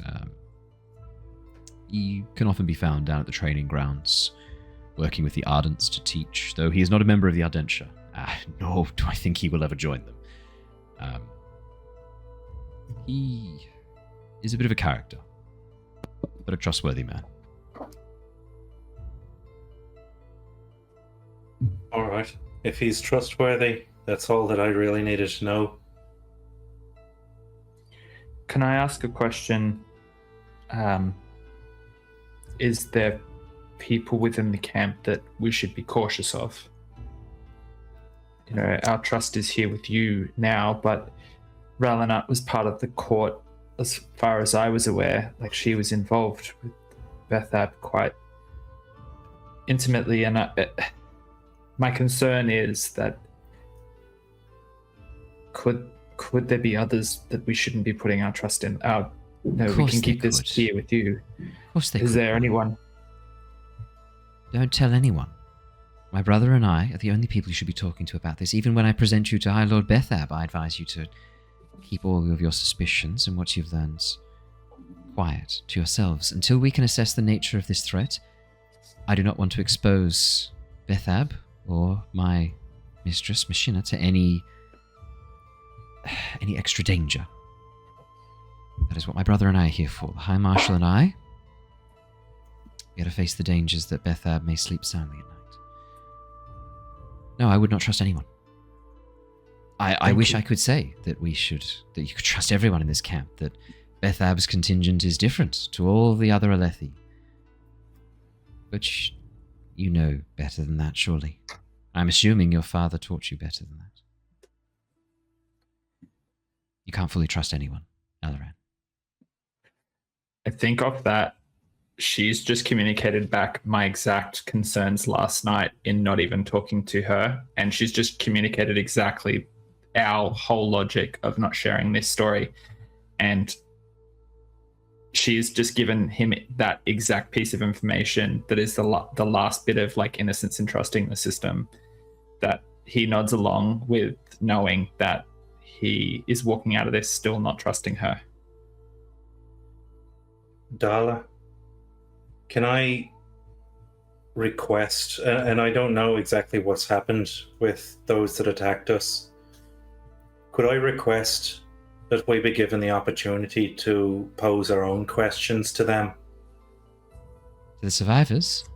The caravan? No, those that attacked us last night. Ah, yes, the would-be assassins. My personal preference is you have no interaction with them. Mostly because I'm not sure exactly what the relationship between you and them is. All evidence points to this being an attack upon a caravan for some unknown means. All of you as unintentional survivors, witnesses to something you should not have witnessed. Therefore, a need to clean up loose threads.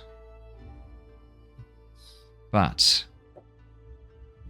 you must admit there is a distinct possibility that there is a larger ploy could be going on here. However, Pelegan has told me he already promised last night to give you an opportunity to speak with the prisoners. You can see she shoots him a filthy look. He just shrugs as he looks down at her. Foolish, ill-advised, as short-sighted as that promise was, I will not be the one to make my brother break his oath. Even if this is just a promise he made in a spur of the moment, and not really an oath, Pelegan, if it is just a thing you said... Fine. Yes, once we have finished questioning them, I'll have Pelegan send for you in some manner or capacity. I don't know how we're going to explain why you would be speaking to them. Perhaps we won't even bother. I won't share anything. If people notice you going down to speak to the dungeons, perhaps you're merely gathering supplies that we have for you there. I don't know. We are investigators. We are investigators. By your own words, we are investigators now. It is not uncommon for investigators to interrogate or ask questions of... I'm not going to be announcing that to the whole camp. Are you mad? As if I'm going to reveal that I am employing an outside group to look into this. It erodes complete trust in the Aelthi and the High Prince. No. You'll be doing this, but it'll be unofficial. I'm not going to be giving you badges or anything. Well, now, hold on. We will be requiring an official commission if we were to accept. Bear in mind, we have not accepted that, although it's a very generous offer. And even if it needs to stay under the table, as it were, because I understand it's a pretty little dance we're dancing here. I do. Storms. Fine, Alaran. I'm not sure. You're here under your father's instruction. You've been sent here with special interest in working to assess and shore up the efficiency of the Bethab war camp. Can you convincingly lie that you're here as I'm not sure, some sort of... and Nevien's your scribe or something? He can't, I can. We will convincingly get it across. Right. Well, then I'll be presenting you to Bethab. Storms, this is going to be... Yeah, I'll present you to Bethab then as a High Prince, or son of Dalah, who's been sent here to help bring some extra efficiency, an audit of the processes we use in this camp. If we accept to be looking into this on your behalf, absolutely. But do not lose track that we have not had a chance to confer yet or agree to take you up on those terms. I understand. Fine.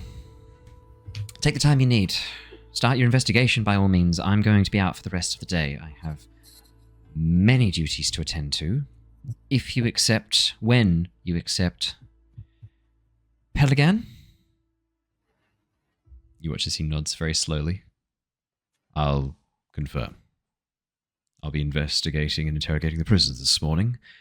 If you head down towards the command center and ask me, one of the scribes will send for me. I'll be there. After that, well, if there's a chasm run, chance to go and take on a great shell, pupating great shell, and capture a gem heart, any of you who are brave and strong are welcome to come with me. No, thank you. I can only speak Really? for myself with that, but I have no interest in that. Alaran, this could be your chance to win a blade. I myself have plate. I'd be more than happy to have you fight alongside me for a chance to win a blade of your own. I don't think Alaran has like an answer in this moment. He's like maybe just staring off into the distance, like full disassociation from like no sleep the night before as he's like talking to him. Looking out the window, like look, yeah, trying to like piece together pieces of the story and just completely doesn't have it. Yeah. Sorry, Pelican.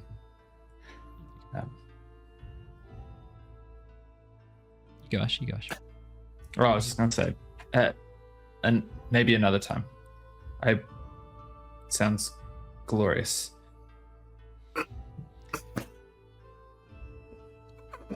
Which is Pelegan gives a sly nod.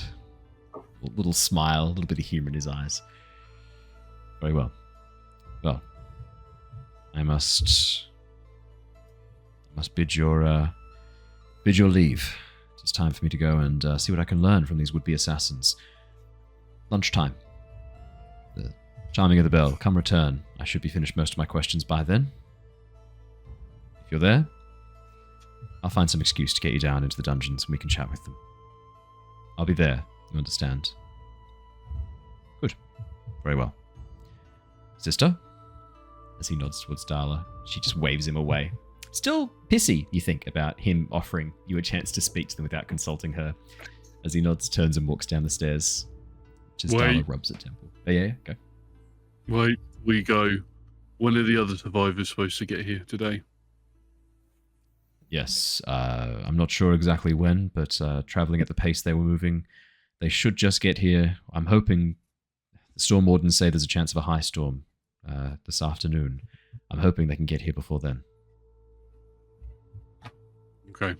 I don't intend to speak to them for reasons, sort of gesturing towards the Brightlady. I just want to make sure that they all got here safely. They'd be arriving at the outer market first. If you had business there, I am sure my sister would have no complaints with you awaiting their arrival there. I must say we made quite good friends with a number of those that we travelled with over that time. And the loss that we suffered, we feel it keenly. It would mean a lot to us knowing that those that did survive make it back safely. By all means. Once we've had a chance to speak to the prisoners, or perhaps if your first priority is to make sure that your new friends are safe, perhaps you could head to the outer markets, wait for them. If there's any other business you have there, you can wait for their arrival, accompany the soldiers back, and we can speak to the prisoners once everyone's safely inside the walls of Bethab's war camp. How does that sound? Agreeable to me. Yeah. Sounds good. Very well. Well, once you return with the rest of them, I'm sure I'll be informed. I can take you down in the confusion and the hubbub. Actually, that's not a bad idea. When the survivors return, there'll be a lot of focus on them. Perfect opportunity for us to slip down and interrogate the prisoners with you around and not have many people asking questions about your presence there. Perfect. Sounds like we have a plan. See, not just a pretty face. Could I You ask watch as he touches the scar on his cheek and smiles. Winks at you, Josh. Winks at you, Gark. Alaran. I was just going to ask if, in this like, I guess, thinking about who to trust throughout this kind of conversation. I was just wondering if I could make an insight check to just generally Pelegan's like demeanor and how he acted to certain pieces of the puzzle across that. Like, talk about the caravan returning and like how he reacted to that. Talk of the interrogation. Talk about how keen we are to have these people back. Just there's this like part of Alaran's like, you know, his hairs on his arm are just like prickling with this like nervous energy, and there's just this sense of heightened fear around everything. Dalah literally told you not to trust anyone, so like that's totally understandable that right after someone tells you that, you're like, oh god, who do I trust? Yeah. Hey, insight check, go for it. Insight. Point where I reveal it's actually that's Good rolls. that's a total of 10. Total of 10. That's my high rolls for the night.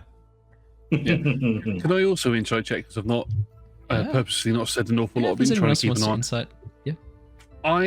Because we have our starting gear now. Yeah. I have an emotion bracelet. Yes, you do. Just triggering that alert anybody to me triggering it.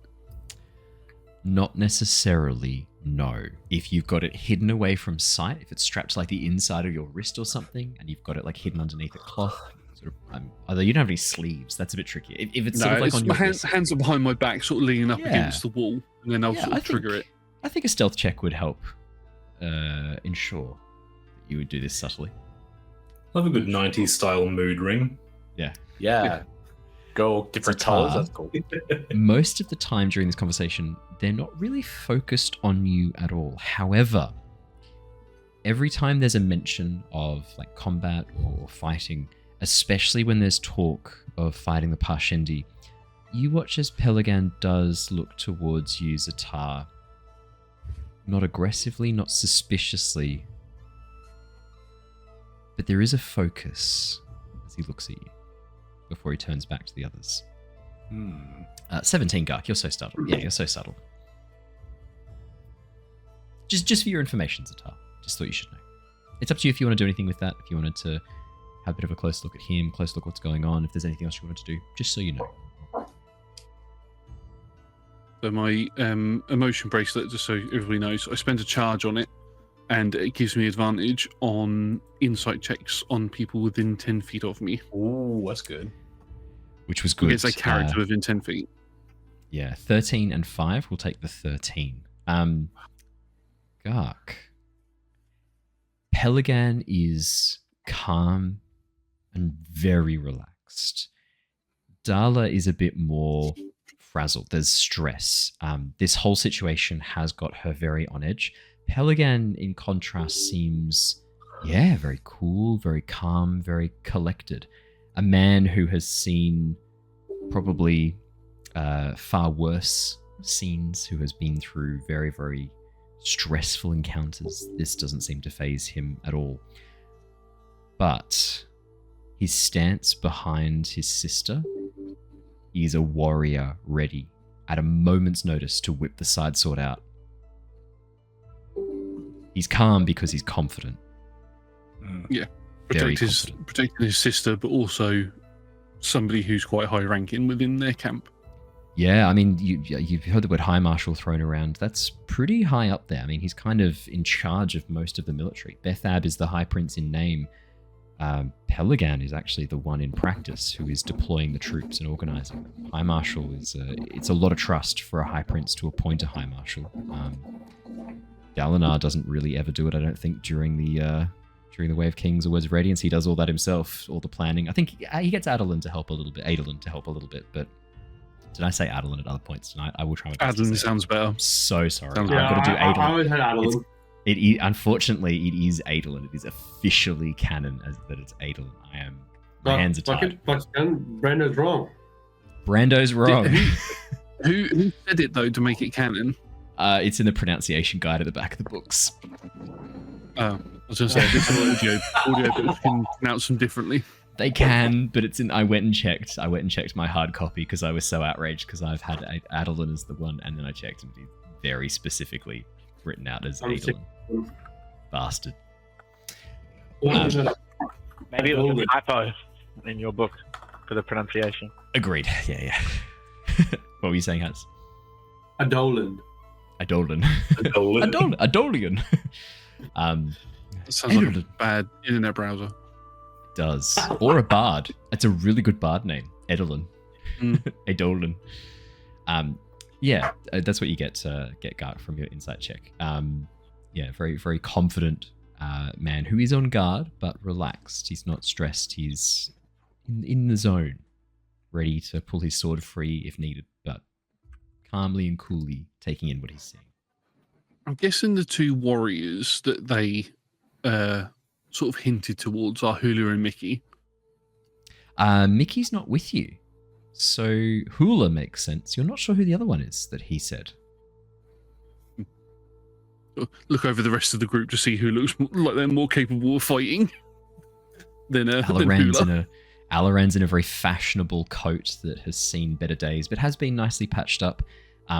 Naivien's a woman. The Aelthi would not consider her a warrior under any circumstances. Just the racism and sexism of the Aelthi.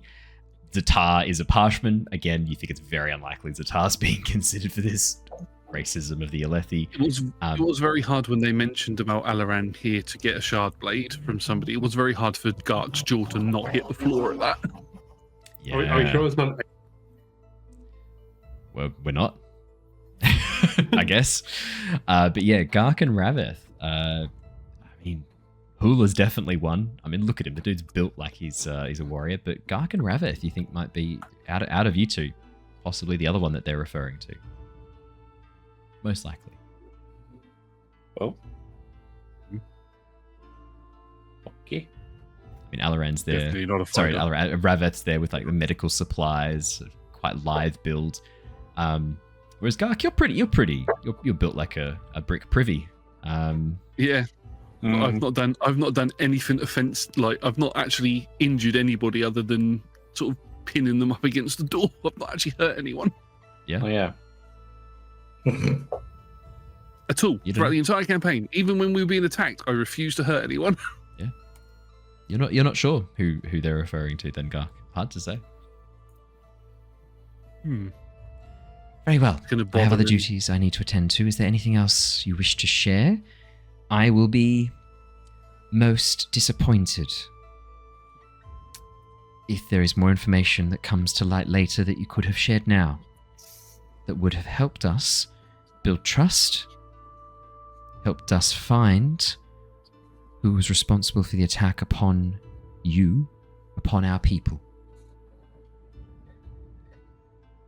I think our best lead is Rellena. If we find out how she had forewarning, then that's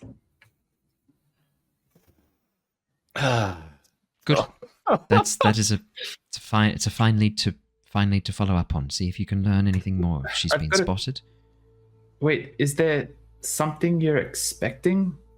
Like, I feel like you're asking the same questions, and you admitted to me yesterday that you hadn't told me the full story. I'm just checking you now have. You understand my I'm sorry, caution. I was hesitant to speak out of Rellena, despite it. She is of influence and she is a woman who people owe a lot of favors to. I personally would not describe her as a woman of influence. I would describe her as, well, a bit of a sky eel. Sharp bite. Pretty to look at, but I don't think she's your friend.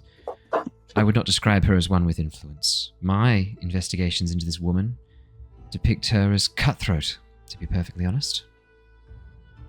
And somehow able to cover her tracks most impressively. I just realized something, but it's okay. Matt realized something. Dalah, I think it's pertinent, given what you're hinting at and suggesting here, that you understand fully why it is that we held information back yesterday. You yourself said it just before, Alaran, that we cannot trust anyone. You said yourself, not a single other person in this camp is trustworthy. Now, why is it that we should not be including you on that list? I understand we have. We are trusting you. But you must see it from our perspective. That by doing so, we put, quite literally, our lives in your hands. Our hesitancy to be forthcoming with our information stems purely from our need to survive. Please don't misconstrue this as us hiding information. We were not. But you were. To save your own skins. Exactly. But we were not doing it for anything nefarious. Purely for our own safety. And you've made it very clear that no one is to be trusted. As far as we're concerned, we have no guarantees that we can trust you, outside of the simple fact that we are still alive. I would hope that you would at least trust in my own self-interest. I am scribe, the high prince of this camp, the safety of his people, my ability to ensure the safety of his people is the only thing keeping in my position. The only thing I have to fight for, the only thing that I have devoted myself for is my loyalty to High Prince Bethab. Self-preservation, surely, is something, a motivation that you understand fully. Figure out people's motives, then you'll know who to trust, Neivien. I understand that, but who is to say that it is not on the orders of your High Prince that all of this has taken place? You may be very, very loyal. Just not to us. I'm not loyal to you. Fuck. I think Rav is just gonna crack at this point because he's been like, he's realized something, and he's like, Got him. Look, it's pointless. We do know some. Look, I wasn't here yesterday when you spoke. I don't know the details, right? You said that my friends, my colleagues here said that we were attacked. That is true. And look, the survivors are going to return, hopefully. Hello. For podcast listeners, Raph is doing the equivalent of stabbing Matt to death that he can do looking through a camera with his face pressed up against it, only with his eyes. That's pretty scary, actually. Look, the survivors, Stormfather forbid, Stormfather hope that their survivors will return in the afternoon to the outer village, outer market. It wasn't. We were attacked. Yes, bandits. I don't know, but there was a shard bearer amongst them. Yes, of course their storming was. My soldiers saw the injured. Did you really think that I wasn't already aware? They rode back with you, some of them. Just in the. Why are we pulling teeth with this? Why am I peeling a chull with my bare hands trying to get this? Of course there was a storming shard bearer. You watch as she looks towards you, exasperated. Yes?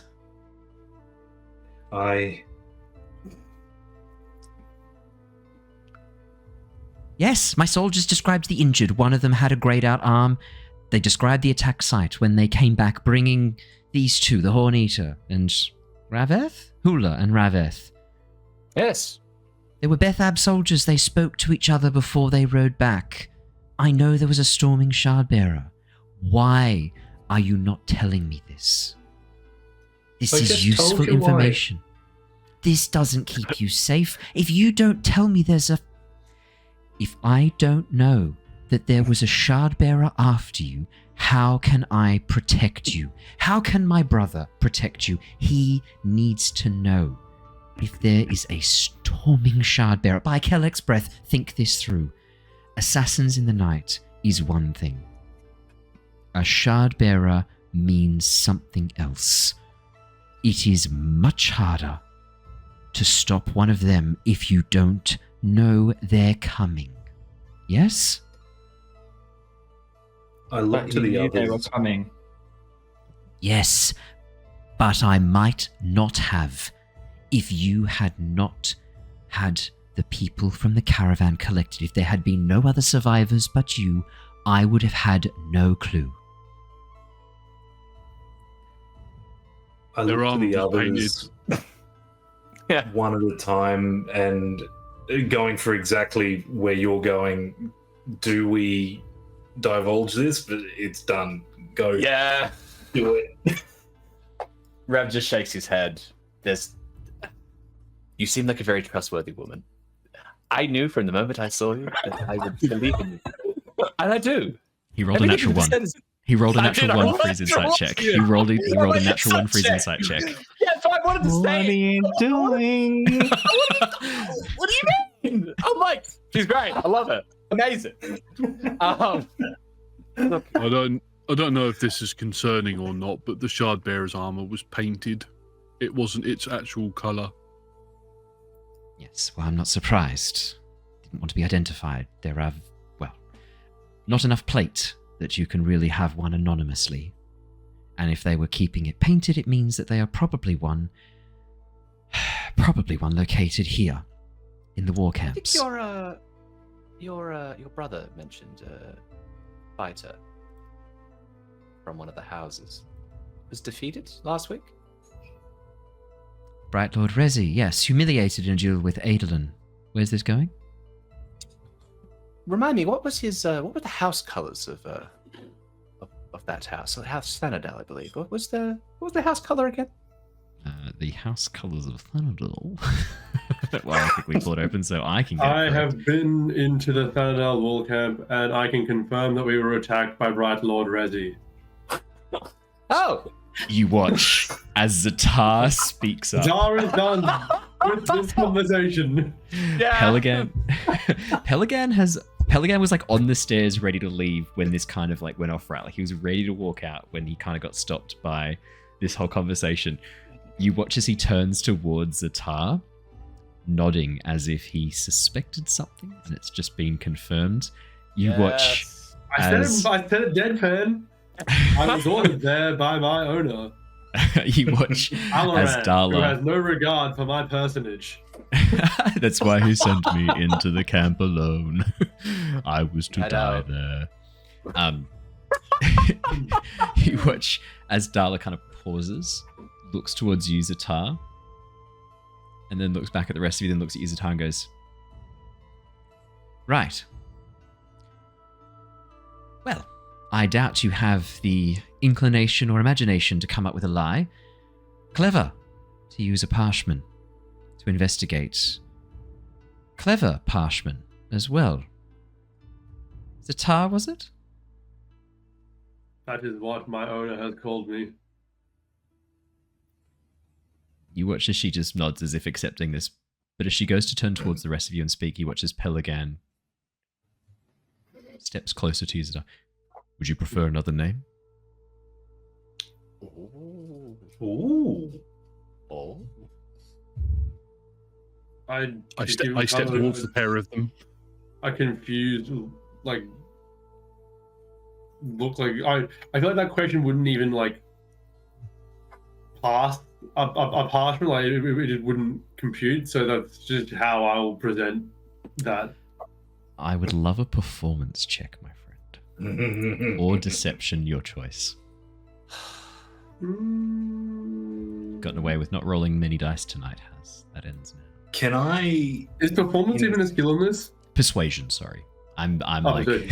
I default to D&D skills when Yeah. Is there a move way a that little I bit can closer give to them. advantage on that? if you can describe From the it. perspective- For the overwhelming racism I copped earlier without responding. Pretty much. Yeah. That's actually where I was going with that. Yeah, just Yeah. from being absolutely kicked in the nuts for no reason. Very true. Kicked right in the spheres. yeah, pretty much. Yeah, go on.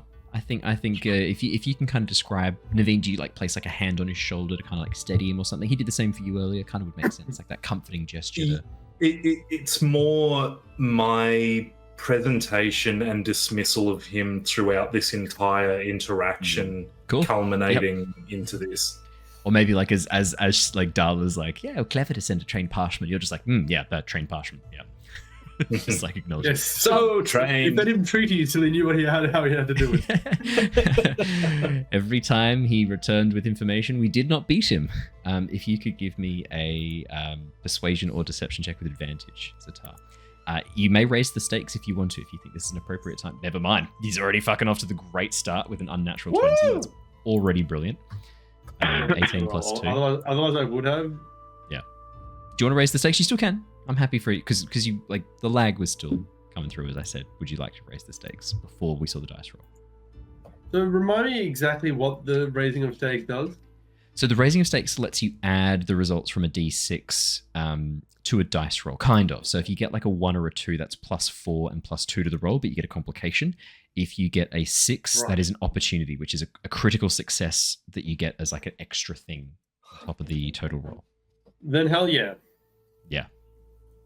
You really can't fuck up too badly with a raising the stakes. Oh no. Okay.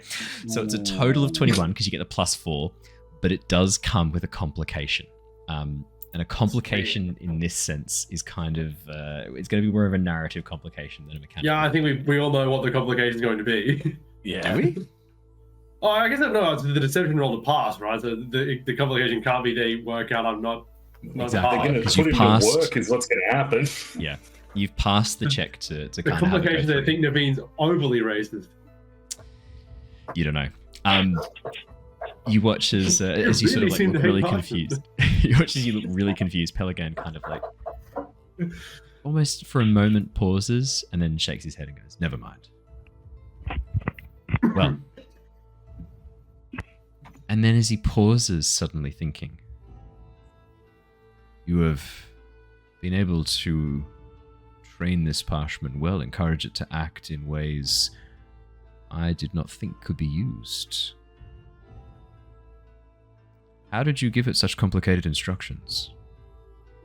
Oh no, sorry, Pelegan would say him. How did you give him such complicated instructions? How long have you had this parchment?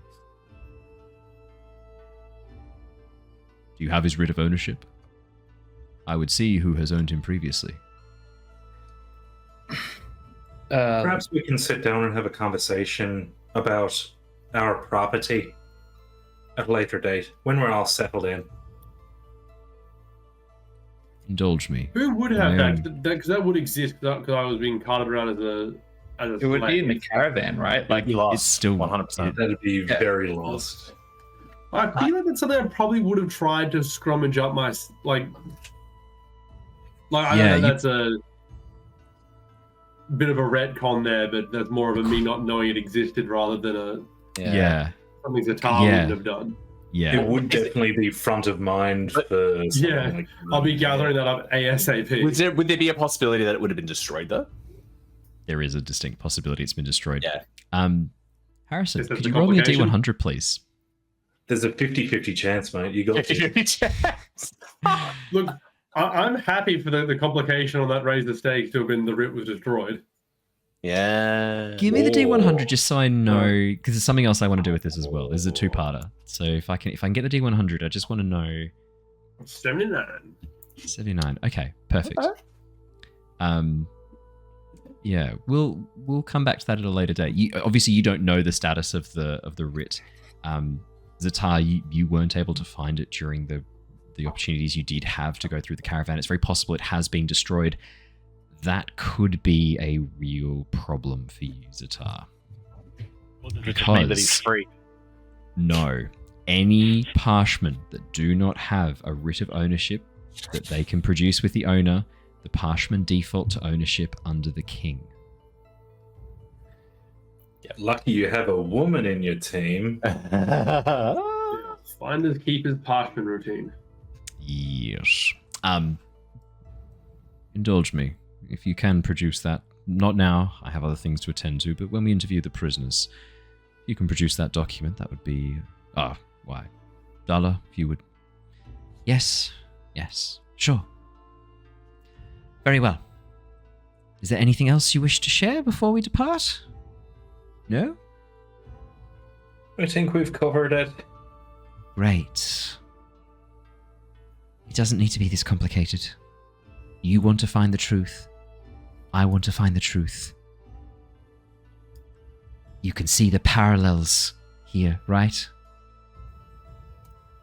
Did you tell us if Relinat was back in camp yet? She did not. She didn't confirm or Did deny. we ask?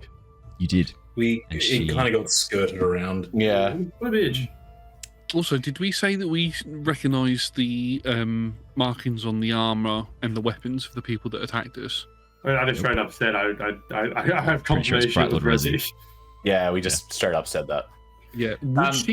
Would she know that? Because I've sold the weapons that I brought back with me within the camp. She would not know anything about the weapons. Ztar said that he went in, infiltrated Thanadel's camp, and had confirmation that it was Resi. Okay. Yeah. Josh, you sold the weapons in the outer market, not in the camp. Thank you. I thought they were one in the same. I was just going to ask, Yeah, I can see why I thought that. piece of information that she's given us that we didn't know about the events? Because, like, Have she's you saying noticed share, any? share. I have She's to given be, us, yeah. I can't just. She Otherwise basically said- it defeats all of the role play I've been doing tonight. If I just go, yeah, she shared this. Yeah. She did share basically. That's a no then. Already thus. I can metagame the shit out of that sentence. That's a straight no.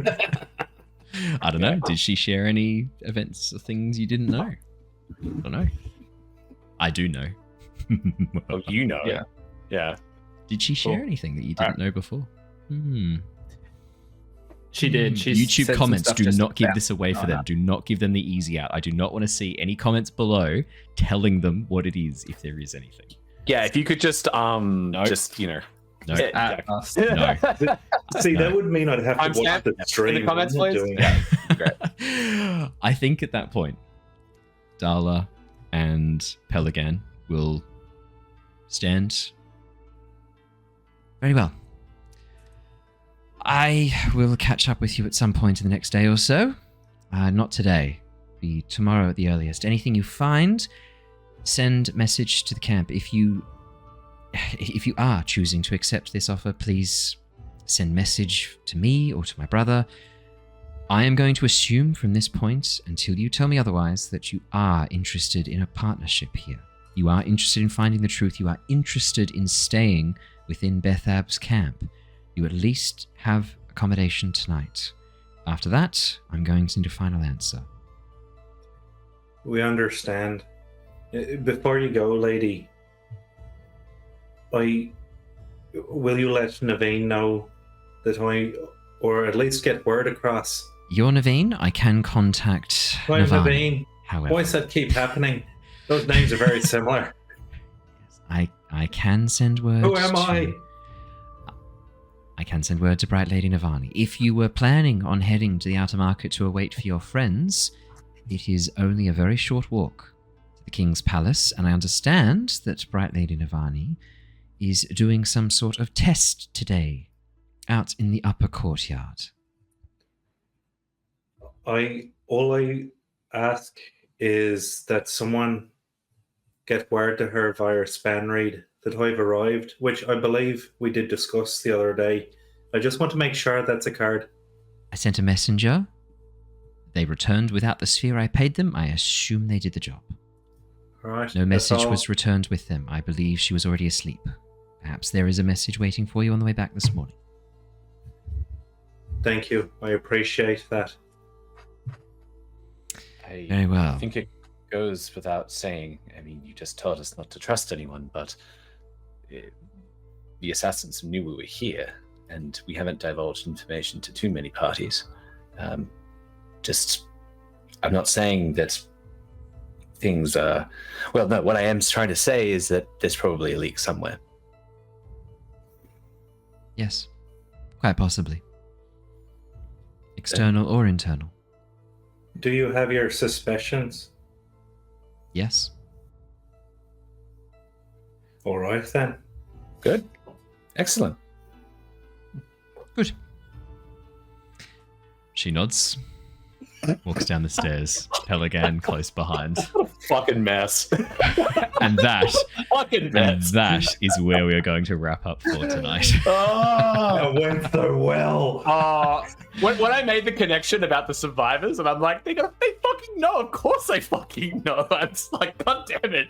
It's been like, we don't know anything. I did describe the We fact don't that know you rode back Yeah. behind the other soldiers. They'd interacted. Like, yeah, you made the right call. You made the right call, I reckon. Awesome. Thank you so much for joining us, everybody. That is where we will wrap up for tonight. We're going to go across and raid Corsair's Cove for those of you watching live on Twitch. But for everybody else, we will see you all tomorrow night for more Tales from the Yawning Portal, Wednesday night for Return of the Giants, and more absolute madness, mayhem, and stormlight for Echoes of Honor on Monday.